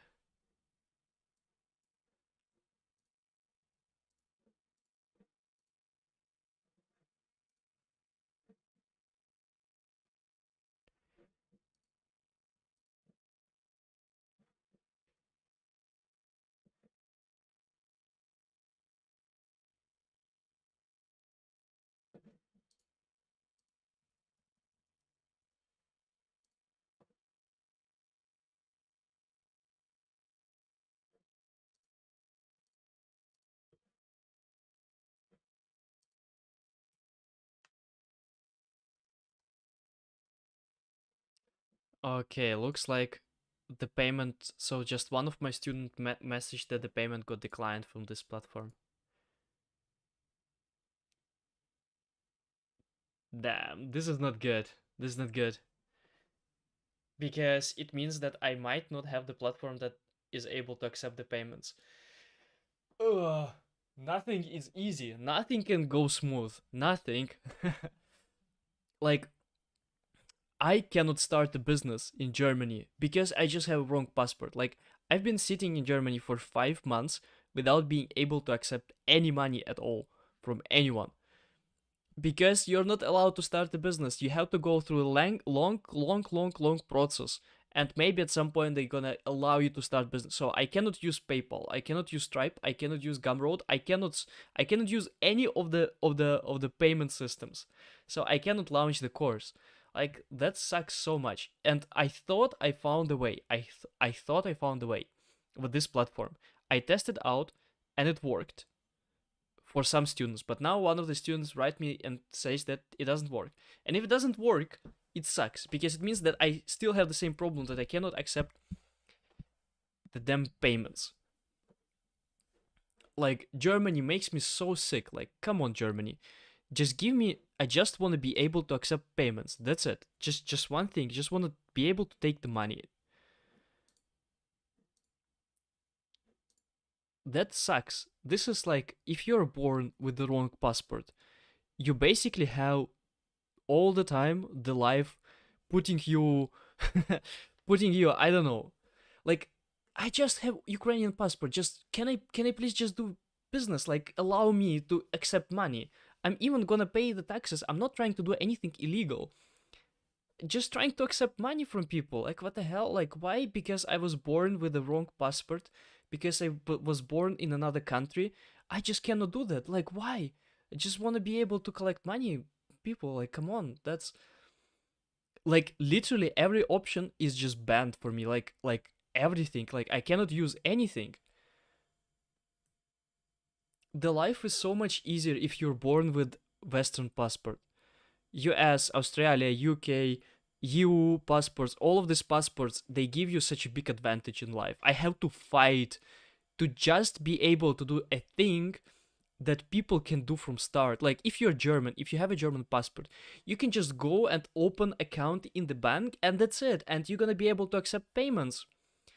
But no, if you're a foreigner, if you happen to be born in the wrong country, you have to go through a process of 5 months proving that you are not, that you are what, I don't even know what I'm proving at this point for them. I even finished a German university and I still have to go through this shitty process all the time. Like, that sucks. That sucks so much. Just by being born with the wrong passport. Damn it. I hate it. Like, look at this. Stripe. Available countries.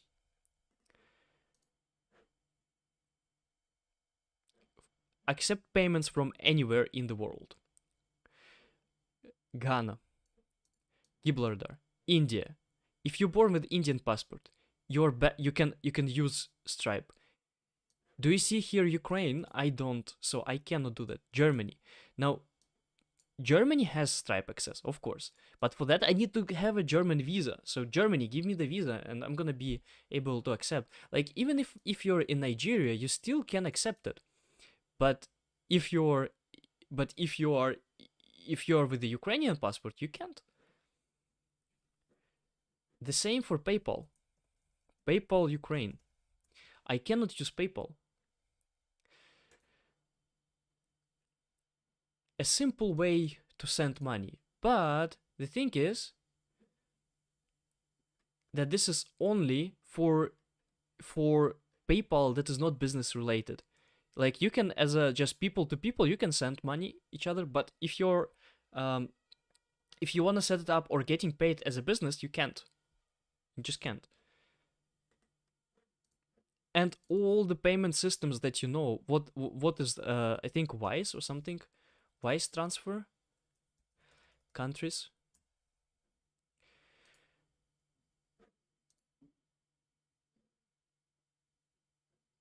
Ukraine, but they still don't.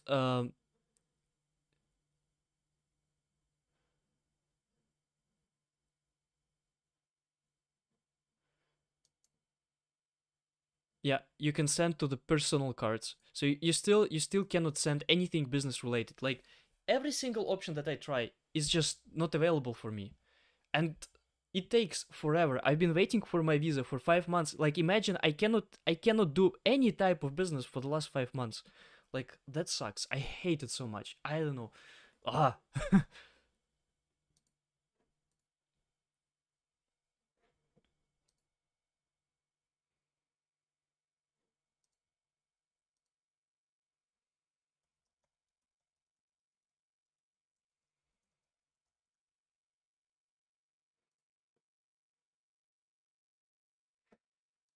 Yeah, so if this platform doesn't work, then I'm not gonna be able to launch the course in the next couple of weeks.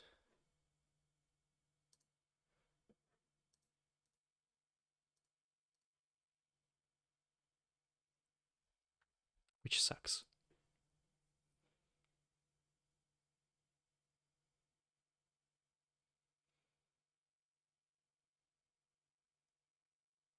Yeah, I mean, damn it then. Then I won't be able to launch the course.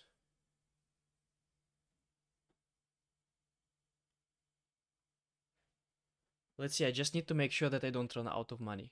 And it doesn't look like. Well, I still can prepare the whole marketing, but it's not. Then we won't launch on the 4th of March. Then we won't be able to launch on the 4th of March. I think you need to do a little more analysis and think you can figure it out. No, I can't. Like I've done analysis for the last 5 months. I was trying to do whatever I can to find a way. There's just no way. Like there's just no way.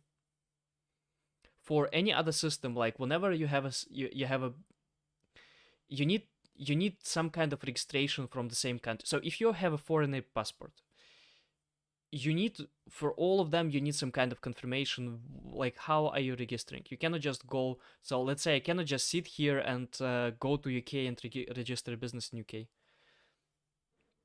if I'm foreign. I mean, there's like much more to it. I did, because this is the only thing that prevents me from launching the business properly. Like this is the only thing.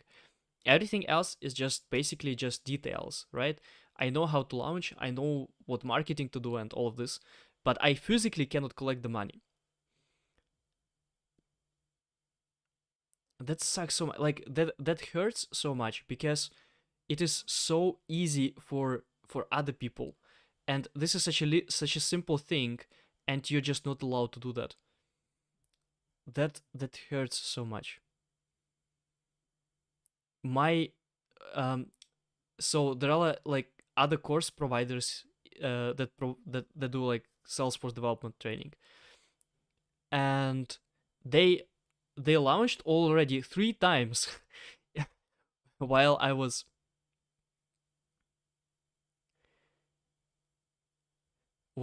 waiting for my visa, like 5 times. Like this is the disadvantage that you get indirectly, um, while you're trying to get with all the bureaucracy, while you trying to get a visa. Your competitor is gonna already launch like 3-5 times, and you can't do anything about it.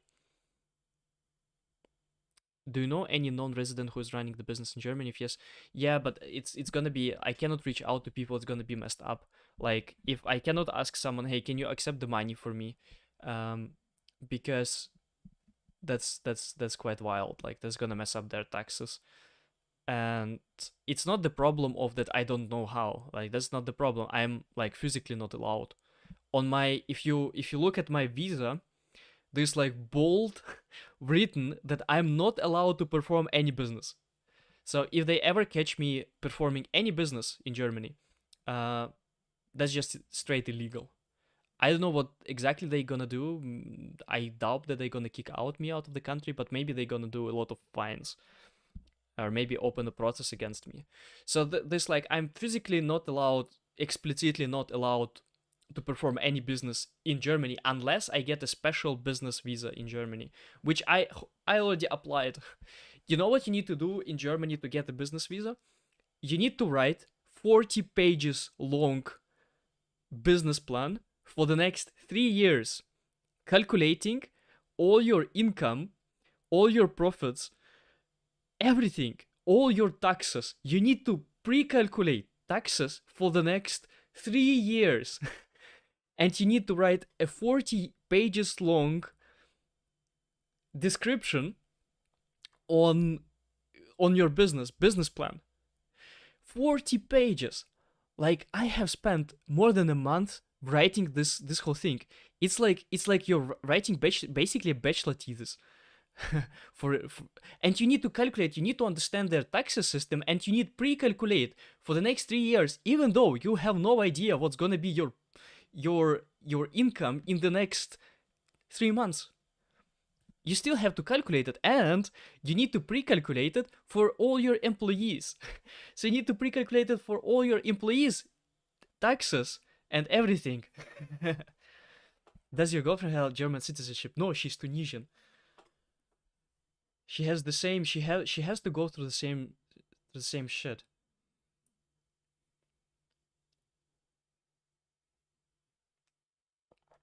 Damn it. Yeah, this is like, that sucks so much.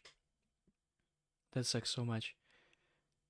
I mean, and the thing is, you know how you apply for crypto? I can't even use crypto. Like, I can't use crypto. That's the thing.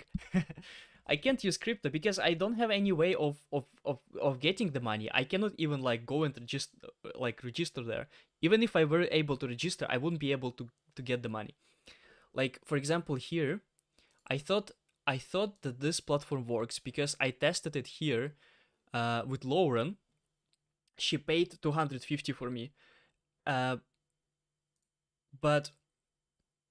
where's my home? Yeah, total revenue. But this thing, it stays there on the platform. I cannot get it. Because if you go here to the payouts, where are the payouts?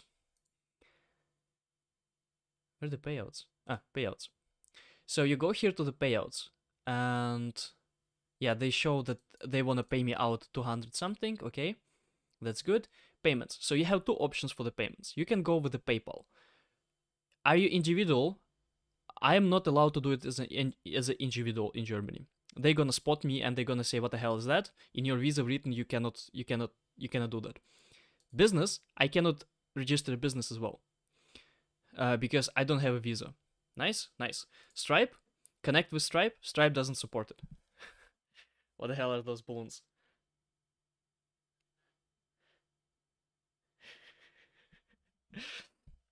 I don't know.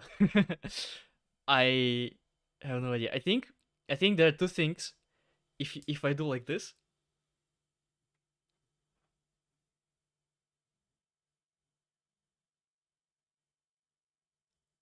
fuck, it was stupid. But balloons work. Come on, balloons, come on, come on. No?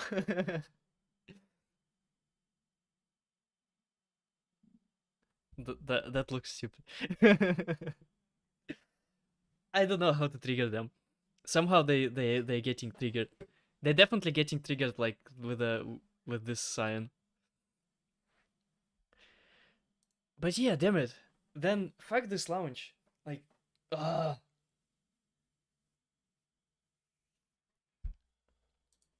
Well, at least I have the ready sales page when I get my visa. The question is when I get my visa. Let me check my email. What if, imagine if I go to email and visa is there. No, it's not there. Of course it's not there. Like, I applied for visa 3-4 months ago, and I got one email from them. They asked me for more documents. I sent them more documents. I had to collect people who reached out for me for the course. I had to collect them in big PDF to show them that there are actually people who are interested for my course. Otherwise they also wouldn't give me the visa. Like, that sucks. But I applied, and the biggest problem is that you don't have a way to monitor what is the status of your visa. That's the thing with your visa application. You just don't know because you don't have even like online portal or something. You just apply in the void, and then you just wait, and you don't know for how long you will be waiting. You may be waiting for 3 months, and I have friends who waited for a year. So I might be sitting here for the next 2-3 months without being able to accept payments. Like, I hope it's not gonna happen, but it's possible. I know such cases. Ask your student to try again. Yeah, I'm gonna try with more students. I need to test it. So I tested once, but I do need to test it more time because what if I do? What if I can do it? I don't know. Yeah, that was my big rant. Maybe I'm gonna just cut off this thing and just post on YouTube because I'm so sick of Germany in this regard. Like, I hate them for doing this. Like, it sucks. And I can understand if they do it for people who are just coming from completely different countries, who have never been to Germany. But I've been in Germany for the last 7 years. I finished German university. I speak German. Like, please give me visa. All right, all right, all right. So what do I want to do? Whew, enough, enough, enough. I don't know for how long I've been renting.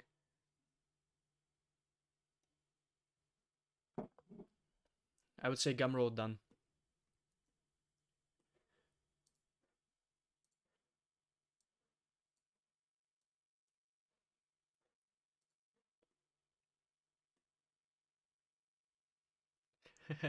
Not long enough. I still don't get. Yeah, exactly. That's the way. I rent until I get my visa.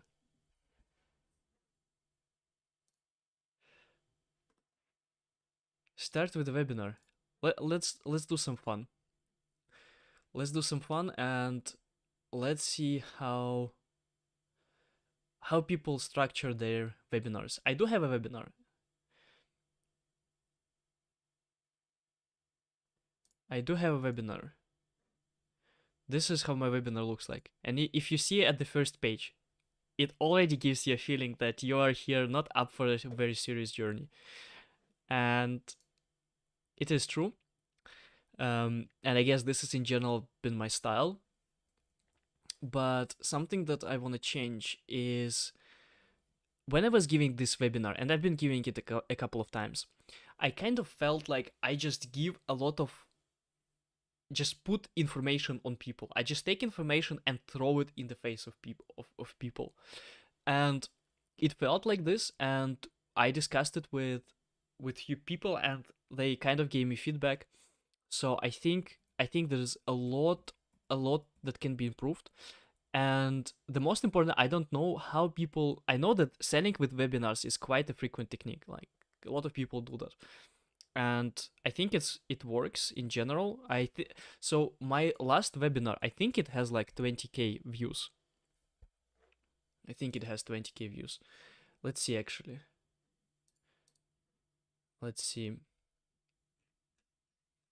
think I'm gonna need to scroll a little bit.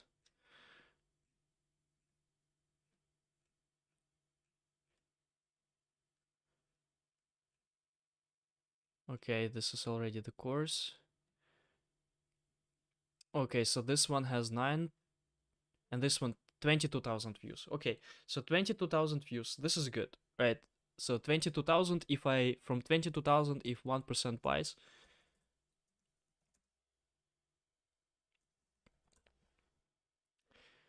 that's way too many, and that's not gonna be the conversion. That's for sure. But that's still a good way of selling. And let's actually see how it looked. How I was talking back then. And then I was like, okay, damn it, I'm just gonna solve like 1,000 Java tasks. Can you hear it? Tasks. And turns out that was enough to actually get accepted in the computer science degree and get the first job as a developer. So this is actually what we're gonna talk today about: how to go from I don't know what is coding to I'm actually a developer. And save your questions to the end, because at the end I'm gonna have definitely a lot of time to answer all your questions. So yeah, usually people start with the Salesforce development from kind of to direct. Yeah, so this is the way I was developing, and then if we go at the end, I had kind of a drop. You know this, when you go to the part where you actually need to pitch your product, you're like, and then you run out of breath. You're like, so this is what happened to me as well, and I think in general it can be improved. But the biggest thing that I don't know what is the structure. So let's Google it. How to structure webinar for sales, for selling.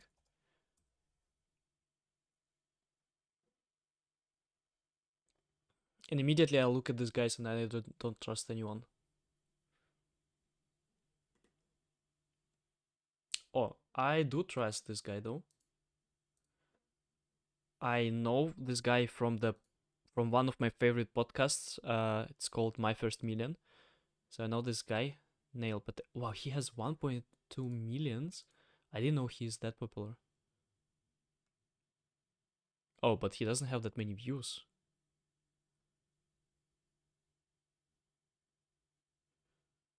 Oh, our thought on selling courses in today's world. Let's watch this one.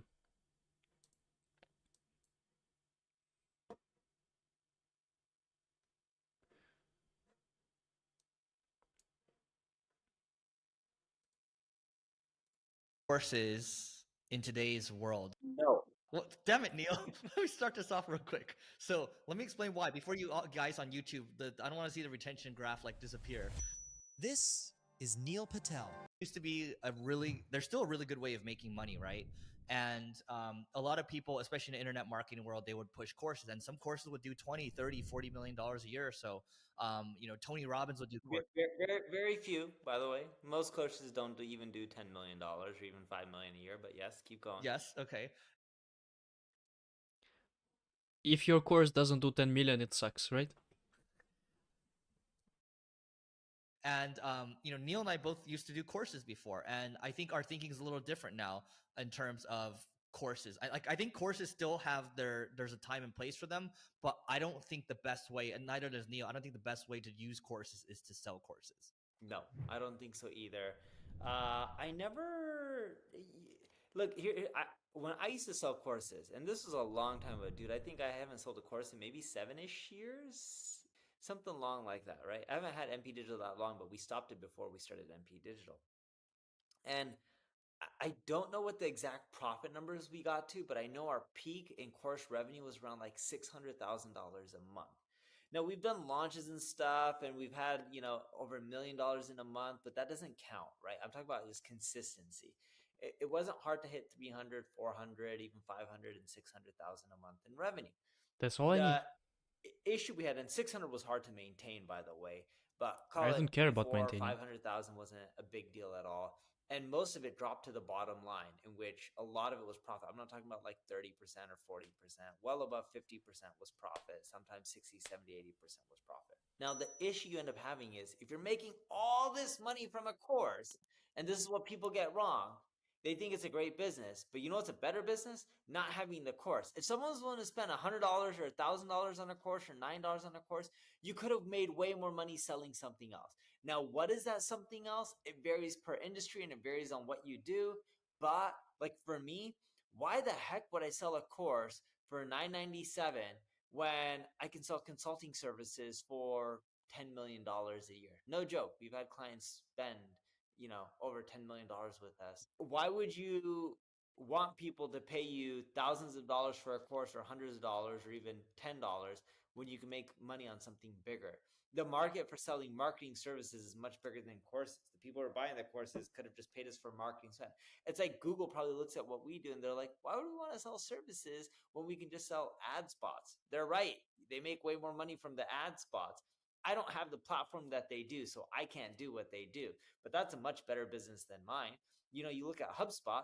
HubSpot's like, why would we want to sell services when we can sell reoccurring software and just give away a lot for free and crush your competition?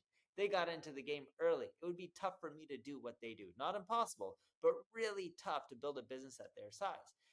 Now, I've taken some of these guys' playbooks and applied it to the services-based business, and it was much more effective for me to do that than it was to sell ebooks and courses.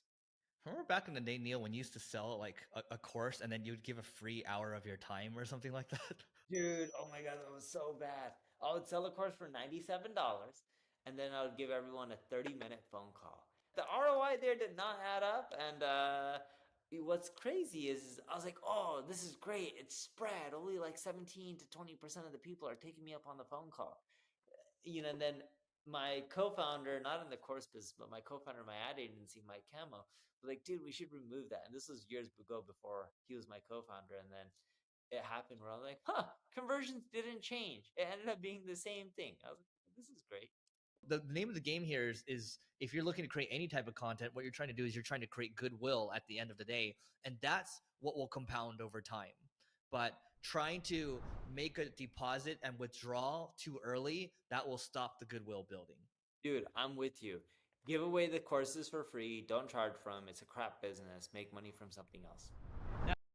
Yeah, I see what those guys mean. This is true for maybe some kind of marketing consulting or in general for agency type of business. Um, but it's not true for B2C. Like I cannot charge 5-10K a month of someone who just wanna learn how to code. Just the economics don't add up. And this is part of my regret not going B2B. Like this business that I'm doing now is gonna be probably the last business that I try to build B2C. I hope I'm gonna I really don't like this. It's very hard to build a business if you can charge basically only if even 500 a month. It's already quite something for a lot of people, and it's hard to build a business if you have those numbers. You need to have quite a big audience or a market that is really running for your product. But the product that I'm selling is not even something necessary. You can avoid this product, right? You're not selling something. You're not selling something that people cannot live without. People can definitely decide not to learn coding. That's fine. Like not everyone should learn coding. So those are my thoughts about it. I see a lot of like problems with this type of business, but I also kind of acknowledge that all businesses they have own problems. So I don't think that if I switch to some kind of B2B services that I will be able to cure those problems. Now, what ideal situation, what I would do is I'm definitely gonna launch this course, that's for sure. But then maybe in the future I'm gonna try to somehow tweak all that I have into B2B model. I am not sure how it's gonna look like, but I feel like it's gonna be much if I find a way to go B2B, that's gonna be much more profitable in my opinion. Hello, still building tutorials. I assume that you finished by now. I finished. I'm done with materials, with tutorials. I'm done. There's something that I could still improve for the tutorials, but I'm not gonna do it until we launch the platform because it doesn't make sense.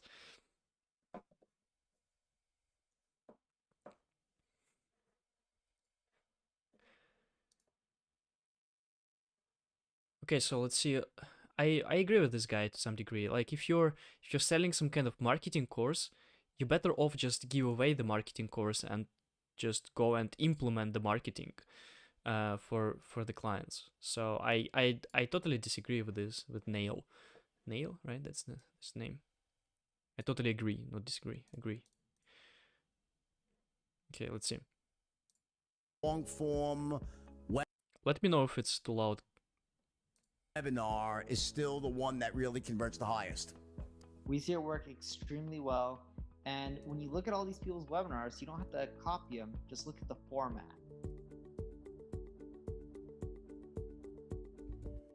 The average person, an entrepreneur who's got that business that's, from startup to, let's say, $10 million a year in revenue, right? That's like so many people are in that range. Do you think it's best to master marketing, like try to become your own expert in the whole Facebook game, or does it make more sense to outsource that to someone that's an agency, like one of these smaller agencies? Like, is it really, because like I've been, and the reason I asked you is almost my own selfish interest here, is that I've been back and forth with this so many times already. Should I do it myself? Should I outsource it to an agency? And I have my own internal marketing department. I have 3 or 4 people in that department right now. And I guess, we always want to believe in Santa Claus. There's someone else that has some magic bullet that is going to be even better, right? It's human nature. But what do you think in general? Do you think it's better off for the entrepreneur to try to, it's such a crucial aspect of your business that you really ought to master this and really focus in it yourself, or just outsource it? So I'm a little bit, I wouldn't say biased. Actually, probably I'm going to give people the answer they want to hear or the answer they probably don't think I'm going to say. But I myself have tons of agencies. We have 7 offices around the world at this point. I don't know how many hundreds and hundreds of employees work for me, but it's a lot where I've only even seen 2 of my offices. And when you think about it, I would tell people when they're starting off, because we get a lot of inbound leads. We get right now around 60 to 70,000 inbound leads that we follow up with. We have over 200,000 that we don't even follow up with. Wow. So we get a lot of leads on a monthly basis. I always tell people when you're starting off, just trying to figure things out, hire cheap, hire contractors, try to do as much in-house. It's not worth hiring an agency. If you're trying to scale though, Agree. that's when I think it's worth it. If you already have something that's working, you already have an internal team, they're doing well, but you want to try to figure out how to double, triple, I think it's worth hiring an agency. But I never recommend people to go with agencies when they're trying to figure things out, because the agency has too much overhead, too high expenses. You just don't get a great ROI. But when you already are at scale, in many cases, they have better relationships with the platforms. They're seeing what other people are. Or does it really? Is it the Sorry guys, I'm skipping because I don't have a question about the agency. I have a question about the webinar. So I want to see what he talks about the webinar. depends on the situation? I look at it as profitability. If they can end up breaking down to you how much Almost a hypothetical company, right, on the online space, and you're selling XYZ, let's say information product and something, right? So it's not a deliverable. What would be the first thing that you would do if it was your company? You're starting a new company, you're selling some sort of information product, not a biz op, not a business opportunity, but an actual some sort of training course or some how to. Okay, how would you go? What would be the first thing that you would do in terms from the marketing perspective? So I would go to YouTube. I would search for Russell Brunson webinar formula. Let's do that. If he says I should do it, I think I saw this video.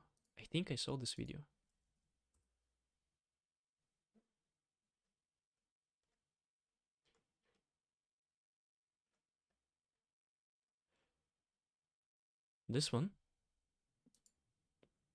Well, I think it's this one. Okay, let's finish. Let's finish this video first and then go to next. I would also then go check out Russ Ruffino, and Russ Ruffino has a webinar. Wait. Okay, so I have here. Let me do here a few things. So I'm gonna collect here recommendations. So this is the recommendation number 1. It's recommendation number 1. Links. It's recommendation number 1, and that's the recommendation number 2, right? Now let me webinars and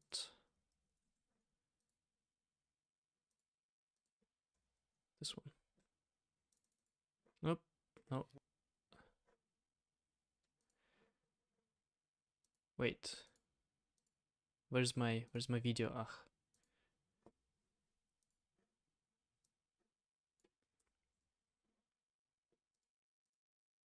Watch later. Ruffino has a webinar, and I would go Russ check out who? Russ Ruffino.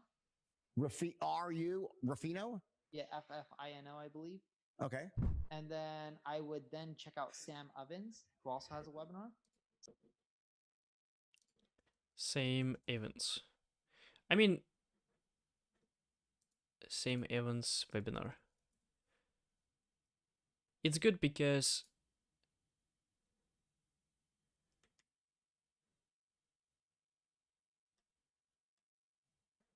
okay, I see. So he has a webinar about trading or something. It's good because hi everyone. Because if I am not allowed to do business with my visa, I'm just gonna spend much more time preparing for that. Which is never preparation is never a bad thing. Webinar. I still want to finish the webinar though, the webinar itself, till the end of the week, and then spend time on the funnel itself, because the funnel, it's gonna be hard to set up as well. There's a lot of bits and pieces that we need to put together. Like, we need to have a platform where we're gonna accept registrations, when we're gonna get emails, we need to automate the email sending and all of that stuff. And it should look good.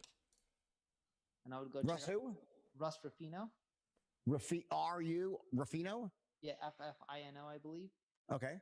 And then I would then check out Sam Evans, who also has a webinar.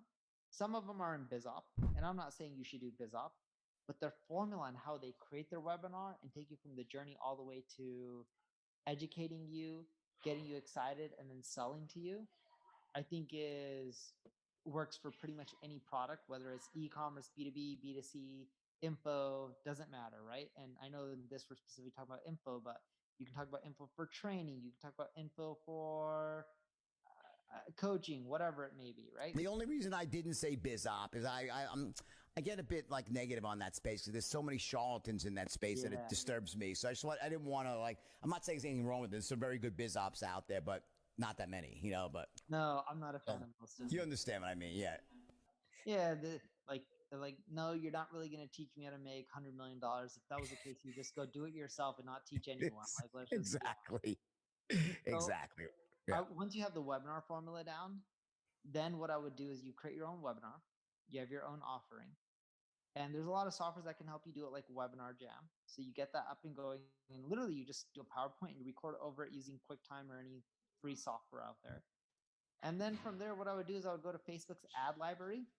That's a library that Facebook has that shows you everyone's ads, literally everyone's ads, and you can see which ones are working well, which ones aren't. And then from there, just go to your competitors, look at their ads, create something that's similar, and start throwing it up. That's how it starts from day one, because you're starting off of something that works for someone else in your space.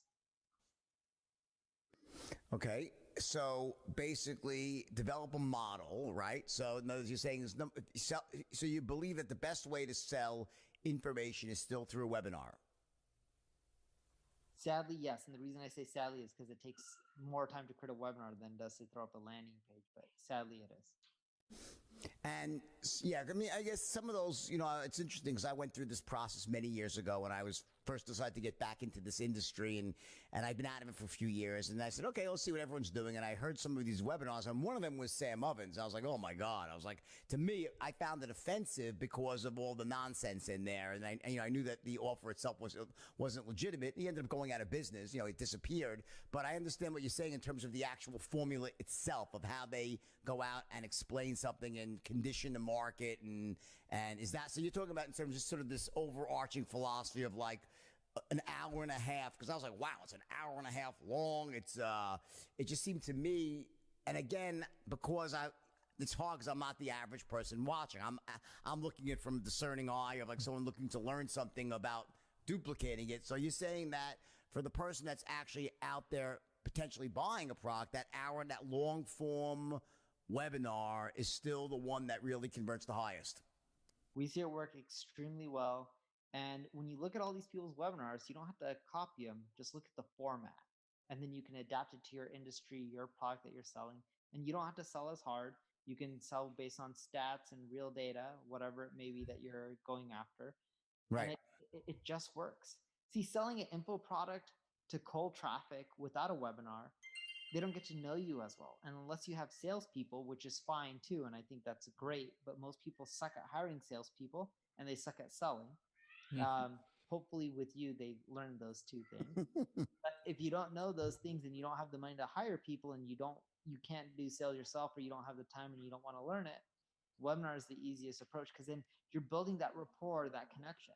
And funny enough, if you take a lot of your sales strategies and your tactics and you include them in a webinar, probably convert even better. There were a lot of them. It's interesting when a lot of the stuff is baked in there, and essentially, and there's really, to me, marketing, that sort of, that online marketing, it's really a straight line sale. It's just that it's a one-sided conversation. You're anticipating objections and looping and sort of like. I totally agree. Like, marketing is just straight sales. Marketing is just straight sales. It's like different source, different angle, but it's just the same. It's the same. Having these, the reason it's so long is because you're imagining them, there's all these different calls to action along the way. So there's like almost people said, if you ask for the order at the 1 hour mark and then you go another 45 minutes, well, guess what? That's objection handling. You've asked for the order, they didn't buy, you keep talking and you try a different approach, then you ask for the order again and again and again. So there might be 4 or 5 different closes in. It's usually the quality of their product or something unique about it. Yeah, with some of these younger people in their 20s and 30s that have just, they come in and they do something. Is it quality of their product or just more their marketing tactics that make them break out? It's usually the quality of their product or something unique about them that you can't replicate. And what I mean by that is, this is an extreme example. You can't really replicate Kylie Jenner with her, makeup line. You can't really replicate Logan and Jake Paul, who, they had a great formula for doing well, but they did it early enough. It was just the right time, right place. If I go copy Logan and Jake Paul and I created a replica, literally right now, they wouldn't do as well just because it was wrong timing. They got in early enough where it was like cool, sexy, where everyone wanted to end up doing it. Sure, good product, good service helps, but I think a lot of it is just luck and timing. So timing is a critical factor here. Yes. Do you think that it pays for someone to look at it like that? Like, on some level, it seems like a bit disingenuous when someone's like being extreme and wild for the sake of being extreme and wild just because they want to somehow capture views and the zeitgeist of the moment. But is that true or not true? In other words, is it sour grapes more on people's parts? Oh, look at them. They're not for real. They're not authentic. It's all, or does it matter? You know what I'm getting at here? Yeah, There's a lot of resentment towards, like, I know some of these young TikTok boys, right? And people just hate them.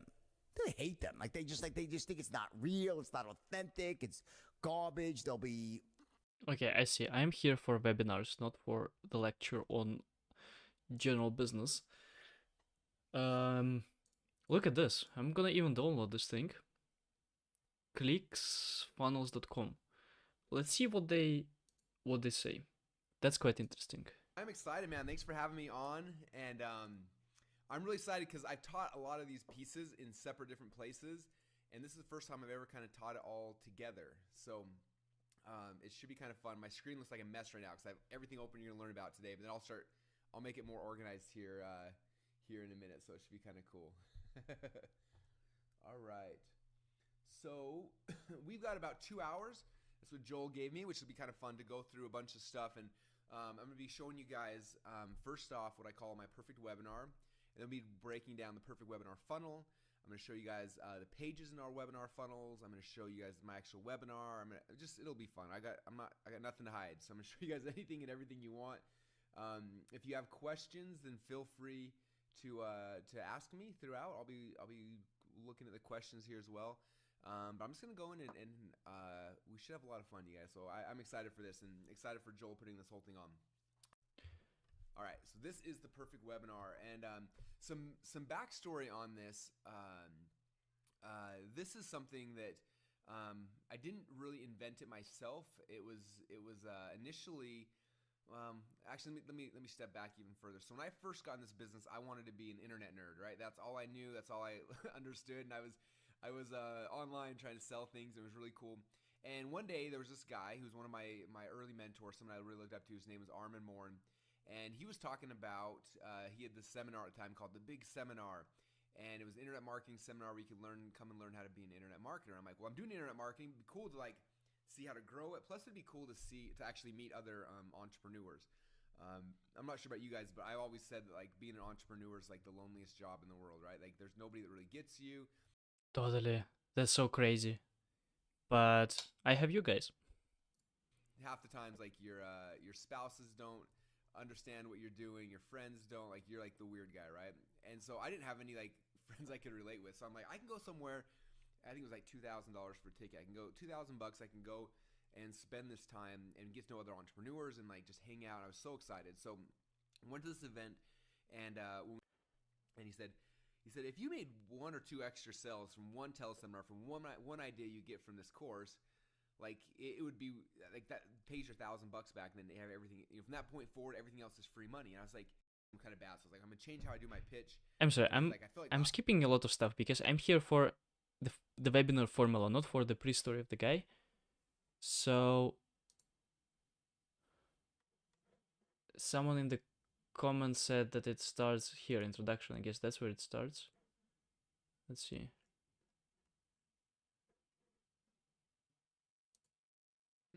which this is what we talked about, like the pre-frame, like everything you're doing before, like right when someone gets on a webinar, to capture their attention and make sure they show up.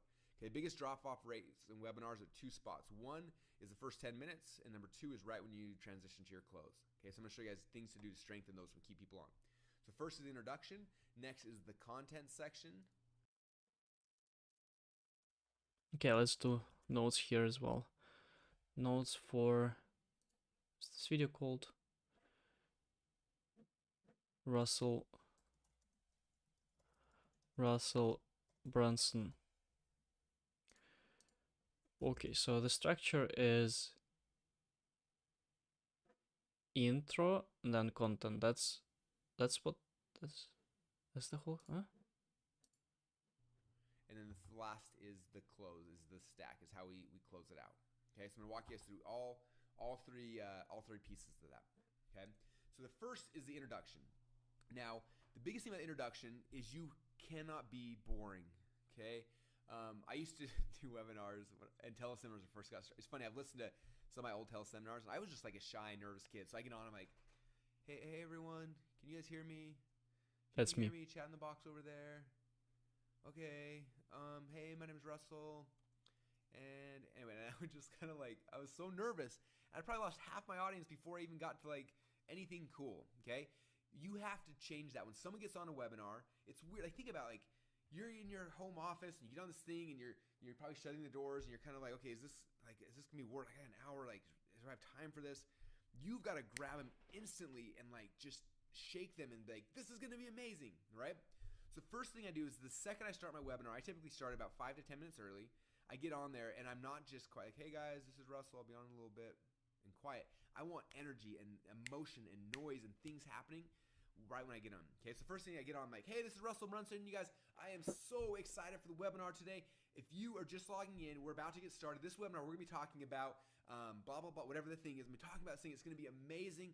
And we're gonna start in about 6.5 minutes. So 6.5 minutes from right now, we're gonna get started. And I'm excited for you guys. We got tons of you guys logging in right now. And for those of you guys who are just jumping on, I want to welcome you to the webinar. My name is Russell Brunson. I'm gonna be your host today. And we're about 5 minutes away from go time. And I'm just excited to have you guys here. And when the webinar starts, I'm gonna be covering one of my favorite topics in the world, which is blah, blah, blah, blah, blah, blah, blah, blah, blah. Okay? Now, for those of you guys who are just jumping on, I'm gonna welcome you to the webinar. We're about 4.5 minutes from, you see how I'm doing this? So there's That's awesome. constant talking for 10 minutes where I'm just talking in a loop because people are logging in every about 30 seconds, okay? Well, you'll see, like, if you have a big webinar, like, every second new people are logging in, okay? And so I'm on, like, a little 20 to 30-second track where I'm just looping this and looping this and looping. I'm trying to say it different ways so it's a little... This is some good stuff here. Like, this is really good. Like, that puts the thoughts in my brain somehow in order. Because the way I was doing it previously, just whatever. I didn't think about the structure. I didn't even know that you're supposed to structure it in some way. A little interesting and exciting. But I'm telling them how much how much longer it is. What's the hook? Why is this gonna be exciting? Why am I so excited? Why should they be excited? And I just keep going through that. I'm looping that. And you'll notice when you jump on a webinar like that where I'm introing or someone that understands this process is doing it, instantly there's a different change in energy. Like you get on, you're like, wow, like this is gonna be cool. Like something's happening here, right? As opposed to like, hey everyone, we'll get started in a few minutes. Hey, we're testing the audio. We'll try to get on in a few more minutes. You know what I mean? Like it just changes the whole state, right? I'm very big in like if you guys have ever studied NLP, talks a lot about pre-frames and states and things like that. Like I can affect your state really, really easily based on a frame that I'm taking you through, right? So if I want you to buy, if I'm going to be asking you for money over here, everything else that's happening before here is a frame, right? Every time you move from one step next, you're entering through a frame. And so I want to control that frame the best I can and make that experience amazing, because the better that is, the more likely you're going to do it on the next page and the next page and keep moving through, right? So it starts with me with a whole bunch of energy, getting them excited for what's about to happen, okay? All right, now when the webinar is about to start, I'm like, hey guys, we are at the top of the hour. We always start on time. I'm ready to get started. I hope you guys are ready to get started. Let's jump right into this. Okay, my name, again, and even though I've said it 50 times, I'm starting again. My name is Russell Brunson. I want to welcome you guys to the webinar today. Now, we're going to be on for between 60 and 90 minutes, and before this webinar ends, blah. Okay, I'm giving them a bold promise. I have to give them a ruler by which to measure success by. Okay, if you don't give people a ruler to measure their success by, then what happens at the end of the webinar, they make up their own way to judge success. And 9 times out of 10, it's not going to be pretty. Okay, so I have to tell them at the very beginning, like, this is what success will be like at the end of this webinar. Success, what does he mean? Like success of the webinar itself or success of what you're trying to sell? Okay, so I might say something like, in fact, let me grab my slides so you can see. I've done this presentation more times than almost anything on earth, so I'll just kind of show you some of these things. Okay, can you guys see my screen there? Yeah, a little bit. All right, so first thing I'm doing, okay, so during this presentation, I'm going to show you guys my weird niche funnel. It's currently making me $17,000 per day, which is pretty awesome, right? But the cool thing, because that's cool for me, it doesn't really matter for you, I'm going to show you guys how to ethically knock it off in less than 10 minutes. How many of you guys want to learn how to ethically knock off my funnel in less than 10 minutes? Okay, I submitted a bold promise. I'm going to show you a funnel that's making 18 grand a day, and I'm going to show you guys how to knock it off. That's it. Now they know, like, at the end of this webinar, he's going to show me his funnel, and he's going to show me how to knock it off. If I get those two things, this hour has been successful. Okay? Okay, so this is the promise for the webinar. It's so easy to construct for them those promises. Whenever it involves some kind of money making part, it's so easy because you can just say, hey, I promise you will whatever, like learn how I earn X amount per day, or how you can go till 30K a month in the next 90 days. Blah blah blah, those things. This is easy. But what do you do when you don't have the direct tie to the money? Like, I'm trying to sell programming course on coding. I cannot promise you that you will be a developer by the end. I cannot promise you that you will earn anything. What can I promise though? I can promise that by the end of the webinar, you will what? You will know how to become a developer? Does it sound powerful for you? It doesn't sound powerful for me. And this has been my struggle with the whole sales part of what I'm trying to build, of my business. It's like, I'm not selling something for people that is easy. I'm not selling a silver bullet. That's the problem. Like, you're still gonna need to work a lot to achieve the results. Bold promise. And especially by the end of the webinar. So what would be the bold promise? What would be the bold promise? What people can desire so much in learning how to code? You will make the first steps. No. You will have a step-by-step instruction how to become a Salesforce developer. What about this? What about this? Just as an idea. You will have step-by-step instruction on how to become a Salesforce developer in less than a year.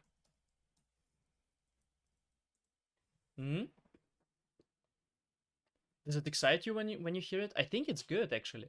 Like you're hearing this and you're like, oh yeah, I kind of, yeah, that's nice. I want to hear that.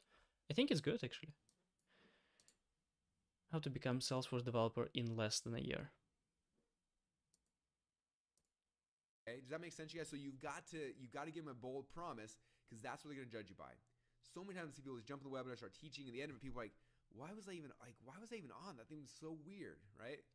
So you got to do that. All right, so bold promise. Second thing is we got to hook to the end. So if you look at mine down here, slide number 6, I say, now I got a gift for you guys. For everyone who stays till the end, I created a sales funnel called Funnelology, and I'm going to give you this funnel for free. In fact, this is what it looks like right here. See, there's 4 pages. It sells a product here. I'm going to give you guys this as a gift for free, just for staying till the end. Nothing else. You have to pay anything. You get this for free if you stay till the end. Okay, what do I do? Okay, if you stay to the end, what can I give people as a gift? I can give them access to the platform for 30 days. No. I need to think about it. I might need to develop like step-by-step instruction how to become a developer, basically, something like this. I could give it as a like big PDF document where it's gonna be just a whole blueprint how you can go, like what are the skills that you need, what should you do. I saw people doing very shitty versions of that on the internet, especially in the Salesforce ecosystem. I can do like 10 times as good as what I saw so far. I can do it as a gift. I will send you a PDF with how to call it, with roadmap. Yeah, roadmap to becoming a Salesforce developer. Well, I've got their attention because I only got it for a few minutes before a lot of them are going to start jumping off. I've got to grab them and I've got to give them a hook to the end. Why should you stay to the end? Okay, it doesn't have to be a free funnel. Sometimes, like one of my webinars, one of my best-selling ones was my high-ticket secrets. And I say, how many of you guys want to see my call center? Okay, it's a little tiny 2-person operation. I'm like, cool. So what I'm going to do is that everyone who stays thin, I'm going to pick up my laptop. We're going to walk over there to the call center. You guys can check it out and see exactly what it looks like. Okay? And people were going nuts. They wanted to see it, right? So it doesn't have to be something tangible. It can help. You know, I've seen a lot of people go like, at the end of this, I'm going to give away a free iPod, which I'm not a big fan of those because it's so unrelated. Now you get people staying just for, for whatever. But if you can find something that's just kind of interesting and unique, that somebody like, you know what, I'm willing to sell to you because they're basically selling you their time. I'm going to sell you this time in the hopes that I'll get this thing at the end. Okay, so hooking them to the end is big key. Commanding attention. This starts from the second you start the webinar. Me talking loud, energy, commanding attention. Then you come into qualifying yourself. Welcome Why back. should they care about you? So I come here and I'm like, hey, I'm Russell. Here's me, Tony Robbins. Meet Richard Branson. Here's me sleeping. And I just kind of like, I'm showing them that they should care that I'm the one presenting. Okay, so I'm qualifying myself, and then I future pace. Okay, future pacing is all about. Okay, command attention. That's clear. Qualify yourself. Why should they listen to you? And this is the part that I still need to think about, because I kind of need to package my story that I have into actually the something that's going to be validating, qualifying myself. I can just spit here a few facts, like for example, I learned how to code in 8 months. It allowed me to study at the best tech university in Germany. Let's see, I have here a better description.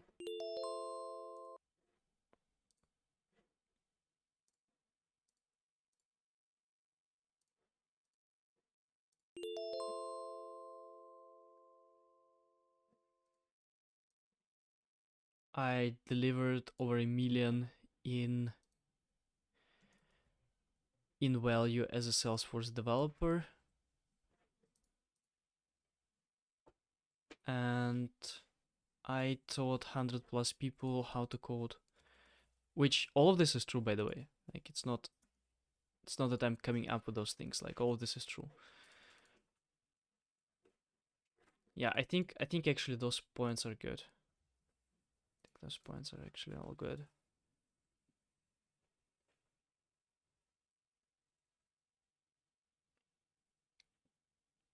Okay. So this is good. Let's see. Let's continue. About kind of putting themselves into what it could be. So for me, I future paced a little bit earlier right here. So I tell my story. This is kind of like my earnings disclaimer / future pacing. So I'm saying, look, by the end of this webinar, I promise you guys, you will not make $17,000 a day. In fact, when I got started, I just wanted to cover some bills. One day I was listening to Teleseminar. Someone told me how they were a millionaire, and I thought, I want to be a millionaire.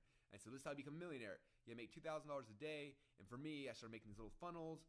And most of them flop, but every once in a while one would work, and some made $10 a day, some made $100 a day, and then every once in a while one blows up. And I got one right now that makes $17,000 per day.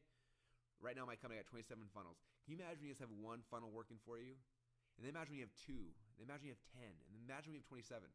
Okay, we're doing over $10 million a year because we have 27 funnels. Now, you're not going to start that way, but you're going to start with one. Can you imagine what it'll be like when you have a bunch of them?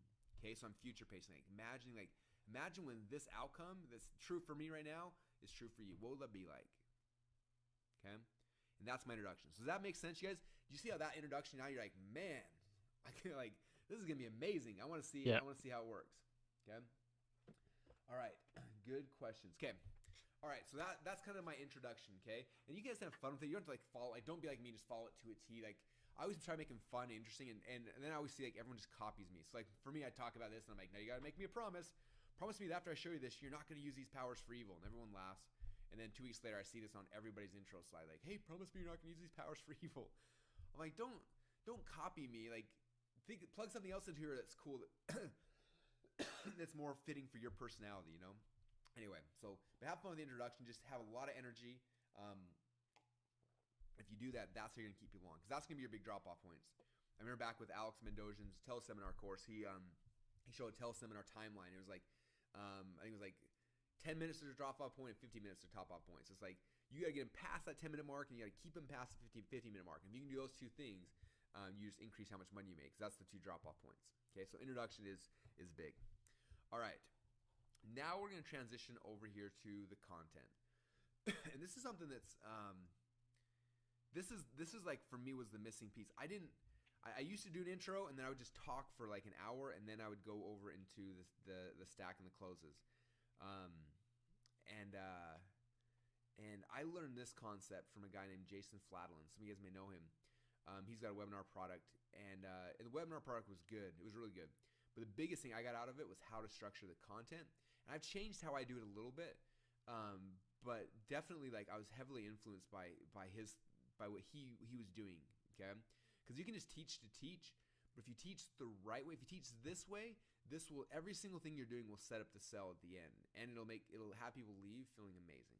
Okay. All right. So here's kind of the concept. The first thing, and I'm a huge believer in this, is your webinar has to focus on one thing. What is the one thing that you're trying to help somebody to accomplish? Okay. I had a conversation with Perry Belchers, one of my friends, and he was talking about, he's a great copywriter, but he was talking about how he had gone and they'd done a bunch of tests on their different sales videos and webinars and things they'd done. He said that they found is that if they ever tried to convince somebody of more than one thing in a sales video, so of 2 things or 3 things or whatever that was, that it would 9 times out of 10 would bomb. And the more simple the concept was, and there was only one thing, like the offers that made the most money, the one thing they all had in common was they were all focused on one thing you're trying to convince somebody of. Okay. And so for you, your webinar is not about, I'm going to show you the 7 different ways to increase traffic to your website. Like that's not it. It's understanding like, well, the one thing, what's the one thing that that they've got to understand. If they believe that one thing, then everything else fits in, everything else will work. Okay. So for me, my one thing I'm trying to convince them of is that they can quickly create sales funnels. That's my one thing. Okay. So it's kind of, it never said. Okay, so this is one thing for this guy. How to quickly create the funnels. What can be this one thing for me? What am I trying? Like, this is a really hard question. It's a really hard question. And I hope that this whole thinking process of me creating my funnel, I hope it shows for people that developing a product is one thing, but actually selling it's a whole different science, and it's not, you cannot debug it. You have to think, you have to stay here and think and think and think, and it's hard. It's hard. So I'm trying to sell a course, right? What is the one thing that I can help them accomplish? Basically, the whole idea behind the course is to go from 0 to being able to write code. This is the whole idea behind the course. The whole idea. There are different programs on the internet that are focusing on different stuff like certification, the long journey of becoming a developer. No, I am solving for a very, very small problem. The first step in the Salesforce ecosystem as a developer. That's my whole idea. And I don't teach advanced stuff in this course. Like I have for advanced stuff, I have my mentoring program. That's for the advanced stuff. In the course, I'm teaching only the first step.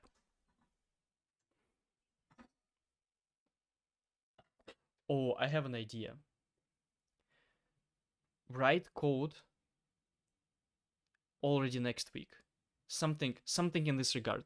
Like we need to bring people as quick as possible to the first results. Which first results? I'm gonna write it down. I don't know what I'm gonna do with this information, but this is a really good idea. First, bring people as quick as possible to the first results.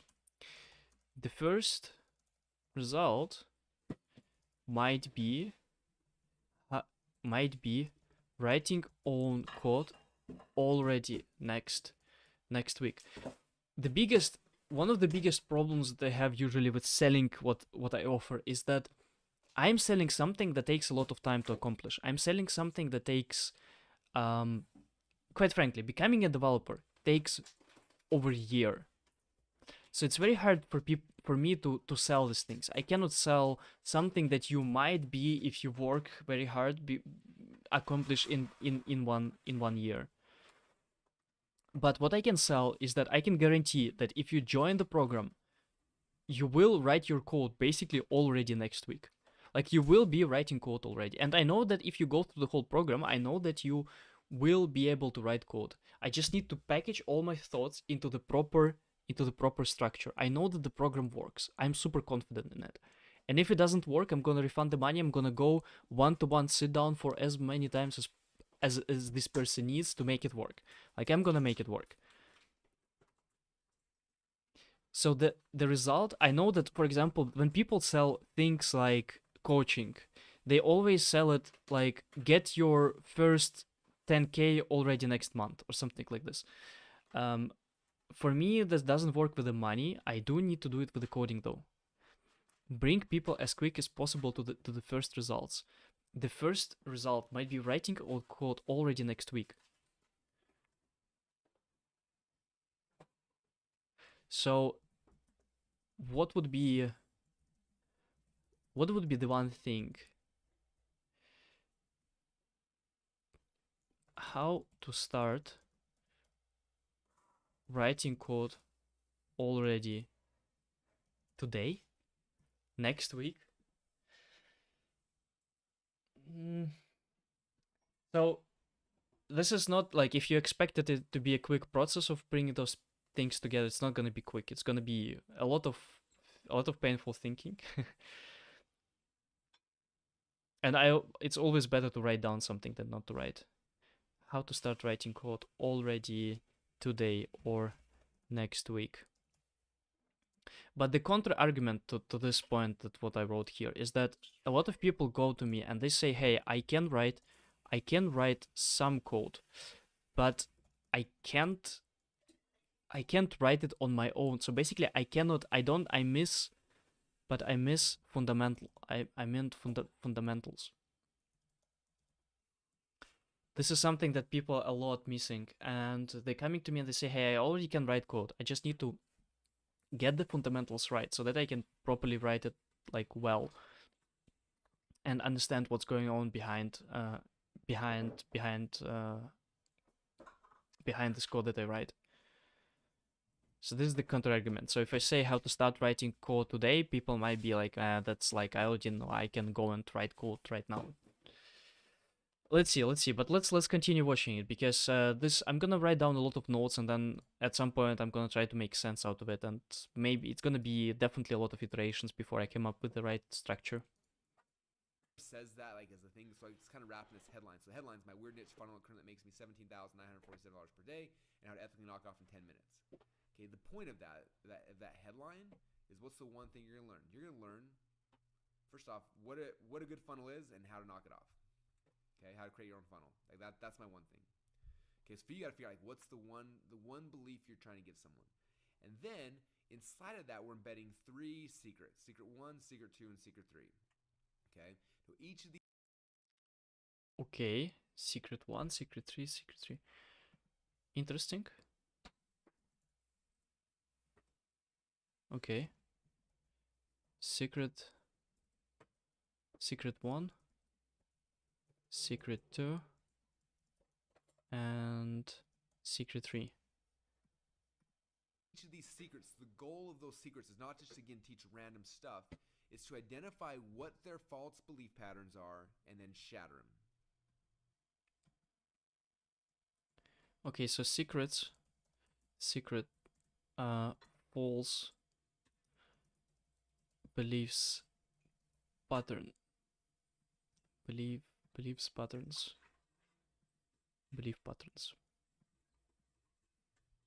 And then after it's been shattered, then rebuild it. Okay? So let me show you, let me pull up. If we had a whiteboard here right now, I would just whiteboard this, but we don't, so we open up my paint program. I can doodle some stuff for you here and this part of it, right? My one thing. And then from here, we've got our 3 secrets. So the first thing I figure out is for somebody to believe my one thing, right? Because my whole goal is if I can get them, remember I told you before, like the only goal of a presentation is to get them to believe that what you have will work for them. That's it. Okay, if I can get you to believe that what I have will work for you, you will give me money. Okay? So the Again, one thing, what? that what you have will work for them. That's it. What you have will work for them. This is such a good, like, this is such a good video. Such a good video. And this is something that a lot of people missing who are building in public, or who are just building. If you go on Twitch, you will never see anyone watching such a video trying to build funnel. And that's something that they should be doing for at least a half of the time. At least a half. Okay, if I can get you to believe that what I have will work for you, you will give me money. Okay? So the one thing, this is what they got to believe. Okay? Now I look at that. Now that I know this is what they got to believe. They got to believe that, you know, that eating butter for breakfast is the secret to losing weight, right?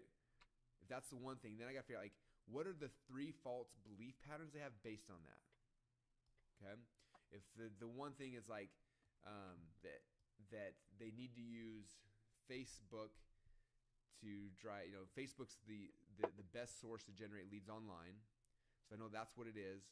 Then what are my 3 false? What are the 3 false belief patterns that people have about that? Okay. One thing I want to add to this too, if you're struggling figuring out what your one thing is, one of the easiest ways to do it is if you can fill in this sentence right here, it'll probably work. How to blank without blank. This is nice. So right here, how to blank, this is what they want. So how to drive unlimited leads to your website, how to lose 1 million pounds in 5 minutes, how to, whatever it is they want. So here's their want without the thing that they hate. Without cutting out carbs, right? Okay, this is very helpful. This is very helpful. So, how to, here's the want without, and here's the hate. How to become a Salesforce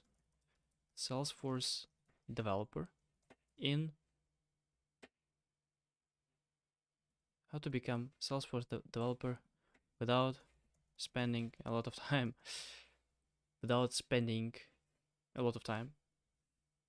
Very vague. Not good. How to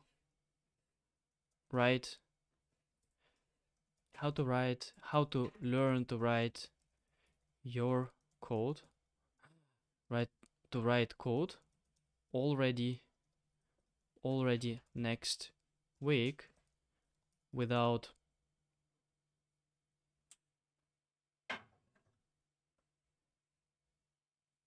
what people hate. What do the people hate about learning how to code? Definitely spending a lot of time on it. That's number 1. But how to, I cannot find words for basically saying without spending a lot of time on it. Maybe that's already words. Maybe those are the already words without grind. How to learn to write code already next week without grind. Way too salesy. Way too salesy. I don't like it. How to become. How to learn Apex. That's what they want. They want to learn Apex.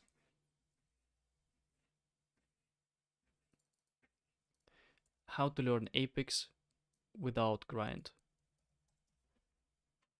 How to learn Apex without grind.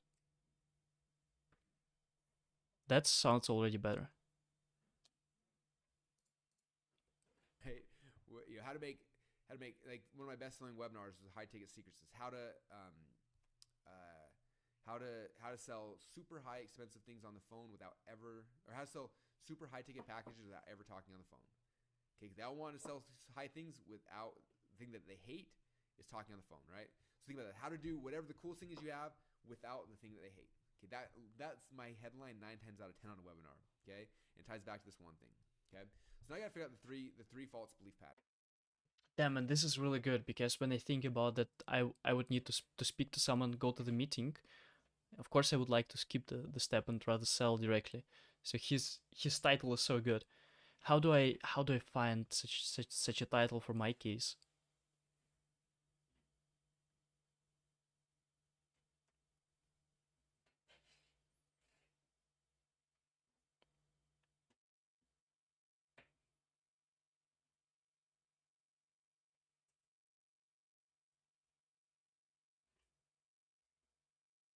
Yeah, I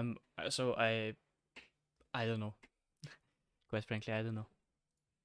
Patterns. Okay, so let me come back here. So I'll show you this here in my webinar.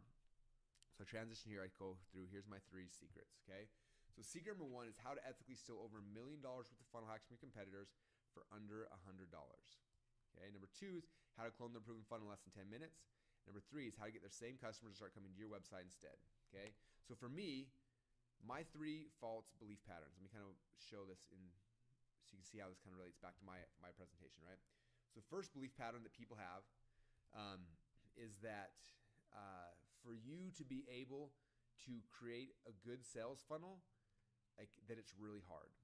Okay, like you've got to go through and have, you've got to have designers and programmers, and you have to like test a million things, and it's going to be really hard, right?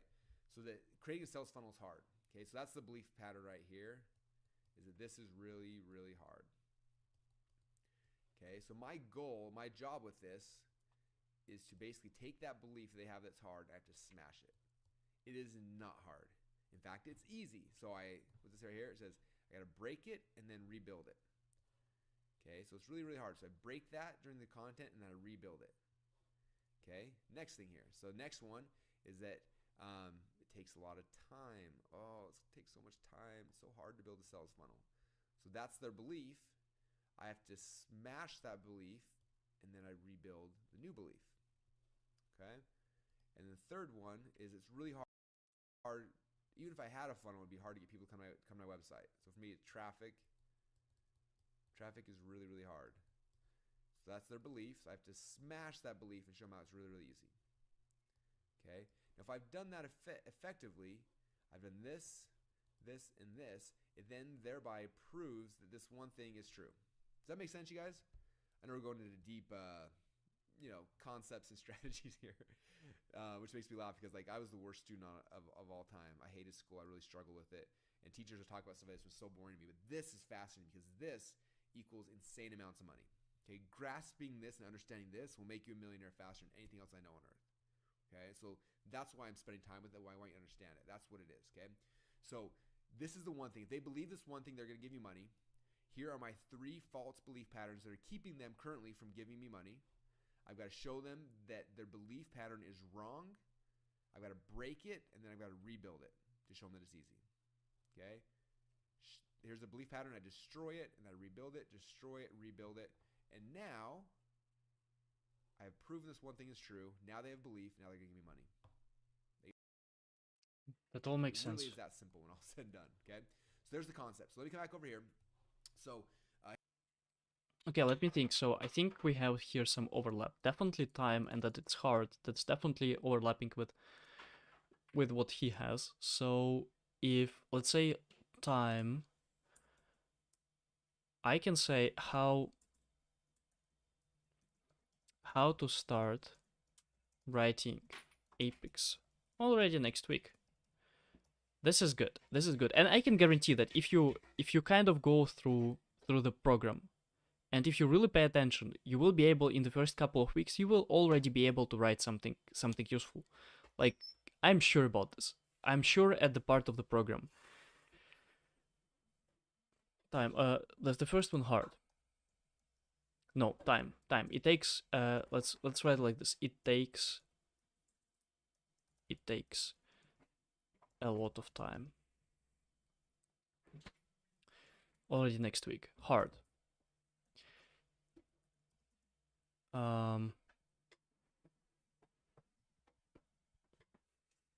So the first one, what was his one? Okay, let's go back.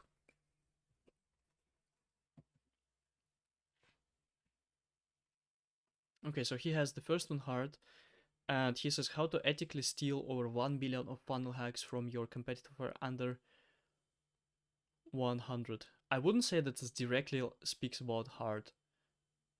How to clone their proven funnel in less than 10 minutes. Okay, that definitely speaks about the time. How to get their same customers to start coming to your website instead. So that speaks about traffic, which is not relevant for us. How to ethically steal.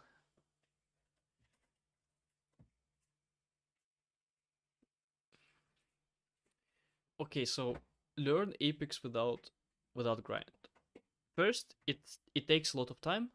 I can show you how to start writing Apex already next week. Then, it's hard. I cannot do it. I don't know how to do it. Like it's hard. It's now I need to find the counter, the counters. I need to say no, it's not hard. It's actually easy, which is not completely true, but we need to frame it so that it's true. Like I don't want to promise that becoming a Salesforce developer is an easy thing. It's not. It's hard. But it's not as hard as most people think. A lot of people really overcomplicate the learning how to code, and that's totally true. Hard.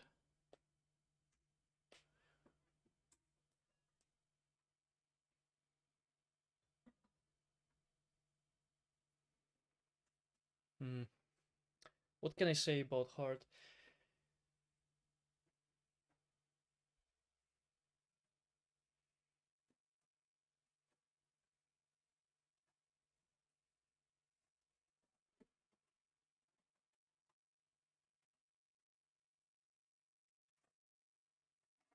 Now this is hard. Coming up with those things, this is actually hard.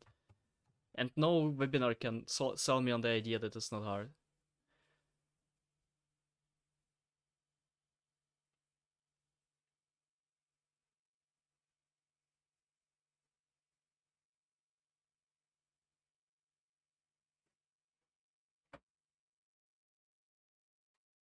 I know.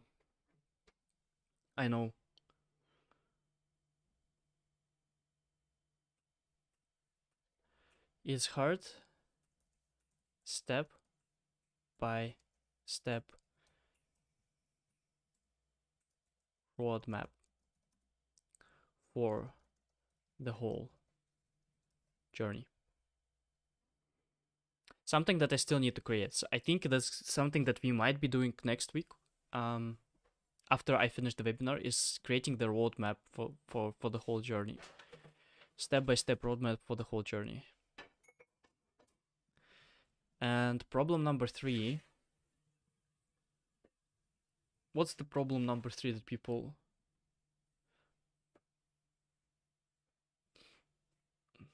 I don't even know. What's the problem. It takes a lot of time. It's hard.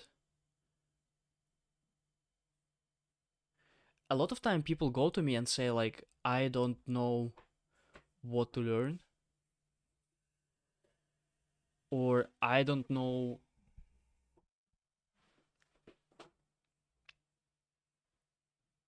I don't know if what I'm learning is if it's actually good or not.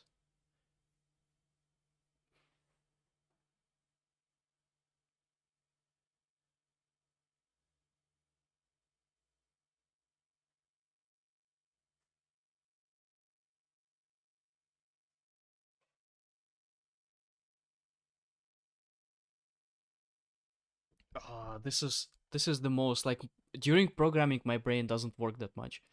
During sales, copywriting, my brain just poof.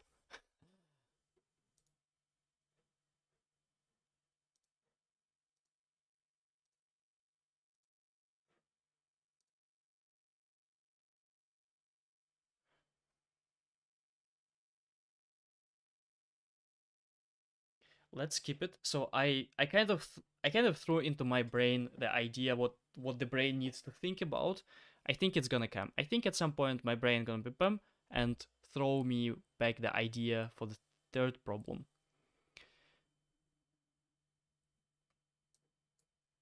Let's continue. Maybe something that I'm gonna see in the next one. So he has how to get their same customers to start coming to your website. What can I say? How to get? How to what? How to? No idea. Beliefs, I have to smash that belief and show them how it's really, really easy. Okay? Now, if I've done that effectively, I've done this, this, and this, it then thereby proves that this one thing is true. Does that make sense, you guys? I know we're going into deep, concepts and strategies here, which makes me laugh because, like, I was the worst student of all time. I hated school. I really struggled with it. And teachers would talk about stuff that was so boring to me. But this is fascinating because this equals insane amounts of money. Okay, grasping this and understanding this will make you a millionaire faster than anything else I know on earth. Okay, so that's why I'm spending time with it, why I want you to understand it. That's what it is, okay? So this is the one thing. If they believe this one thing, they're going to give you money. Here are my 3 false belief patterns that are keeping them currently from giving me money. I've got to show them that their belief pattern is wrong. I've got to break it, and then I've got to rebuild it to show them that it's easy, okay? Here's a belief pattern. I destroy it, and I rebuild it, destroy it, rebuild it. And now, I have proven this one thing is true. Now they have belief. Now they're going to give me money. It really is that simple when all said and done, okay? So there's the concept. So let me come back over here. So here's my 3 secrets. Secret number 1, how to ethically steal over $1 million worth of funnel hacks from your competitors for under $100. Okay, so now I got to help them understand this. The first thing I talk about is here's how to ethically do it. Or there's a secret that I start teaching them, right? You got to model success. If you don't model success, you're going to get shot arrows in the back. And I'm just teaching. I'm showing you some examples of how I did something, right? Like, I just modeled people who are successful. So here's some side, I modeled it. Here's some side, I modeled it. And then all it did to cost me, like, it did all the work. It cost me $100. And anyway, this doesn't make sense for you because you obviously haven't seen the presentation. But I'm just I'm as quick as possible, as easy as possible, showing that that it's really easy.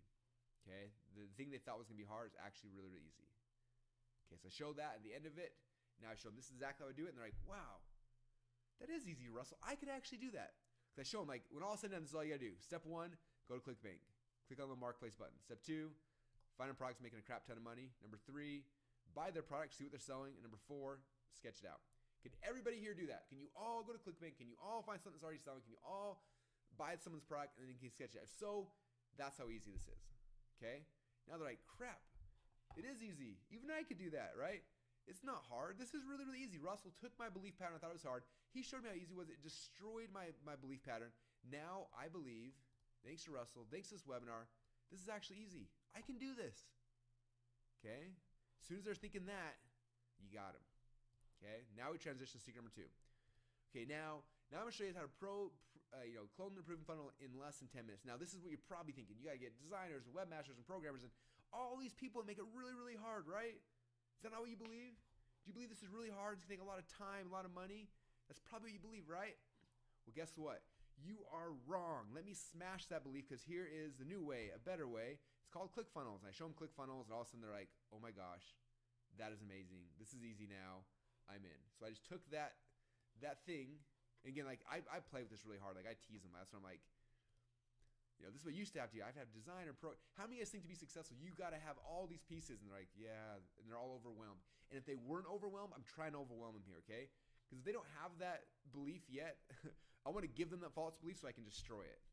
Okay, so that's just kind of So I'm trying to give them that false belief so that I can destroy it. After I've destroyed it, now I can rebuild it, and now it's like, wow, Russell's right. I don't need a designer, webmaster, programmer, or analytics person. It doesn't take a lot of time. I can do this in less than 10 minutes. This is now suddenly easy. Boom, which strengthens my one thing.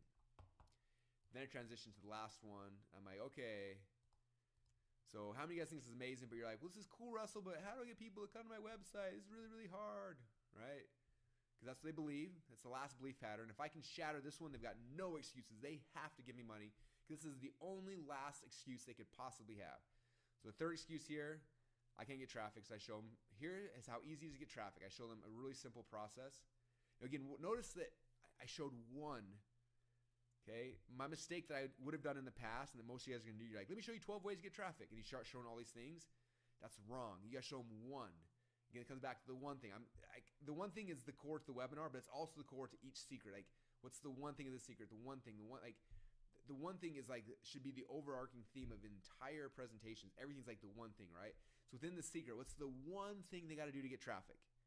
Because I can show you 50 ways to get traffic, but I'm not doing that. I'm showing you guys the one that's going to be the simplest and the easiest. So I show them this. They go to SimilarWeb. They find out where their competitors' traffic's coming from, and they just go and reverse engineer it. And then look how easy it is. And in 5 minutes, my ads are on the same site. And if my model worked, do you guys think that you could be successful with this as well? They're like, yes, I can. So I took their last belief. We smashed it. Now they've got no legs to stand on. The only thing they can believe now is that this one thing is true. And if they believe this one thing is true, then they have to give me money. Unless they don't have it. But if they have money, I've just destroyed the three belief patterns that were keeping them from giving me money, and was keeping them from believing that this would work for them, and I obliterated them. Now that they're gone, right? Like it's it. They have to buy now. Okay, I've taken away all the friction, all those kind of things, and that's how we teach the content, you guys. Okay, when I started doing that, my webinar closing rates went from 5 to 6% up to 10, 15, and then like I said, live stage we're closing about 50% now. From a 5% is a huge closing rate. 15% is insane closing rate. Like 5% is really good. So if you have 200 people by 0.05, you'll be able to close 10 people. If you have an average of 1,000, it's like 10,000 directly on the webinar. 5% is huge. But if you can make out of 5%, if you can make 15%, that like triples your, like, this is insane. This is insane. If those are real closing rates that the guy has, that's like just insane. What you making? I am making a coding school, but currently I'm thinking about my sales funnel. So how I'm gonna sell this whole thing. From a room, which is amazing. Walk in a room 1,000 people, and you're like, there are half these people will buy before I'm done. $500,000. It's really exciting, right? And so that's what's really important to understand, you guys, is bootcamp. Yeah. So I currently run a bootcamp basically for Salesforce, and I developed here a learn how to code. Learn Apex. So we are developing currently this platform for automatically learn how to code, where you can write the tasks here on the platform directly. And to fund this thing, I need to run my my course, because otherwise we're gonna run out of the money for the platform at some point. Front end is with Next.js, backend with the Express.js. is that when I smash these and obliterate them, they have to believe my one thing, which means they have to give me money. Okay? All right, so there we go. Now we've gone through the content stuff. We have broke their belief patterns and rebuilt the ones that we need them to have. Now we got to transition to where we ask for money. Okay? Now this typically is like the most awkward and embarrassing part for most people. In fact, it was fun. I went to like a network marketing meeting. One of my friends is like, "Hey, we're having a little home party. Would you like to come?" And for me, I was just like, "Yes, I do." What time? So we went to this thing, right? And then we show up, and there's like 5 or 6 people, and they were selling essential oils, right? So everyone's Yeah. trying these oils and sniffing them. They do a presentation talking about it, and the lady up front talking, she's doing a great presentation. Like, it was really, really good. And all of a sudden, you could tell that, like, now she needed to ask people for money, and like her face gets red and she starts talking really, really fast. That's me. She's sweating and she gets nervous. And the more nervous she gets, and it keeps just like compounding and building on itself. And she's freaking out. And she's like, what am I gonna do? And then she's like, if you want to buy, you can go over there and buy. But I probably wouldn't buy because most people shouldn't buy. And it's just but if you are interested in giving us money, you should definitely talk to us. But if not, don't worry about it. I was like, whoa, what did she just blurt out? Like, that was so painful. And I promise you guys that for most of you guys, that's how it's probably gonna be. And it was for me. I would get to the selling part and I get nervous and I already speak fast anyway. Like all of a sudden my voice would just like would speed up even faster. And so I had to figure how do we transition this? And Armin taught me this. He said, this is the easiest transition in the world. After you've gone through everything, then all you say is, hey, let me ask you guys a question. That's the transition. Like, that's it. Okay, so let me ask you guys a question. We've been talking for the last 60 minutes, and I think it's been a good experience. We've had a lot of fun. Taught you guys a lot of cool things. But 60 minutes it's hard to cover everything in 60 minutes. So I have a question for you. How many of you guys would like to have or how many of you guys would be interested in if I had a way for you to be able to continue this conversation and be able to continue what you learned today? How many of you guys would be interested? Everyone's like, oh, they're going crazy. And then for me, I like asking permission. So I would say, well, if you don't mind, I put together a special package today. So here's let me ask you a question picture. In fact, this is how I do mine. And I've seen 20 people copy this picture. Like, go find your own picture, you guys. This is mine. Anyway, but conceptually, this is what I say. So let me ask you guys a question. How many of you guys feel a little bit like this right now? And I show this picture and then I laugh and I'm like, I know I talk really, really fast, you guys. And I'm guessing that, last 60 minutes has been fun, but some of you guys probably feel a little bit like this. Am I right? And they're like, yes. I'm like, okay. I totally get that. So what I wanted to do because of that is we put together a special package called Funnel Hacks. And the Funnel Hacks is a way for you guys to be able to implement this stuff over the next 6 weeks. And I just want to ask you guys permission. Are you okay if I take a minute and kind of share with you what's inside of Funnel Hacks? And then I wait. And it's always awkward. Okay, but you gotta be okay with awkward. Okay, I learned this from Joel Bauer, again, one of the public speaking classes. You got Funnel Hacks, and then I wait. And it's always awkward. Okay, but you gotta. Funnel Hacks. Let's see. Funnel Hacks is a way for you guys to be able to implement this stuff over the next 6 weeks. And I just want to ask you guys permission. Are you okay if I take a minute and kind of share with you what's inside of Funnel Hacks? Okay, so Alvi, I'm not sure why you're asking those things. If you're here for learn how to code, you're in the wrong place. You are in the wrong place. You won't learn how to code here. DevOps. Alvi, I'm not sure what you ask here. Okay, so let me ask you a question. I don't like this let me ask you a question actually. I kind of want a different transition. And I think I had a better transition in my mind. Something like, but I like this transition with, hey guys, can I tell you, like, I like this idea about asking permission, like, hey, can I tell you about the awesome thing that we do at Cloud Prism, or that about the course, something in this regard. So this is definitely, and then people, I did it last time, people were like, yes, do that, yeah, tell us, yes, we like it. And yeah, and then I was telling about what I was doing. So it's kind of great.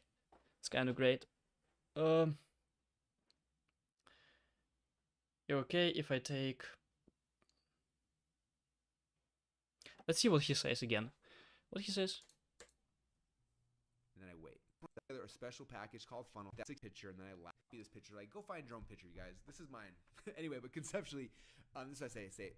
So let me ask you guys a question. How many of you guys feel a little bit like this right now? And I show this picture, and then I laugh, and I'm like, I know I talk really, really fast, you guys. And I'm guessing that last 60 minutes has been. Okay, this is okay. I take my words back. This is actually not a bad transition. So let me. I can acknowledge, because my presentation, it also looks like I'm gonna throw a lot of different information on people. So it's gonna feel like this a little bit. They're gonna feel like a lot of water goes into the, not water. Okay, I'm not gonna add a lot of water into my presentation. Okay, so let me ask you Actually, not a question. So I still don't like the let me ask you a question, but I like the transition. Let's say, I guess you feel a little bit like this right now, and then I can insert some kind of funny image. I know it was a lot of information, but can I tell you? I don't know. How is he doing it again? It's so smooth here. Like he does such a smooth transition. It's been fun, but some of you guys probably feel a little bit like this. Am I right? And they're like, yes. I'm like, okay.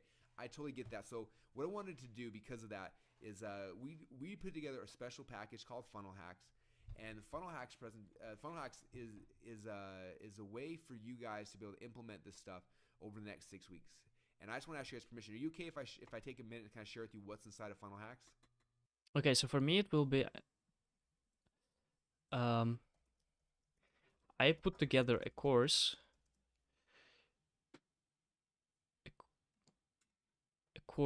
on how to learn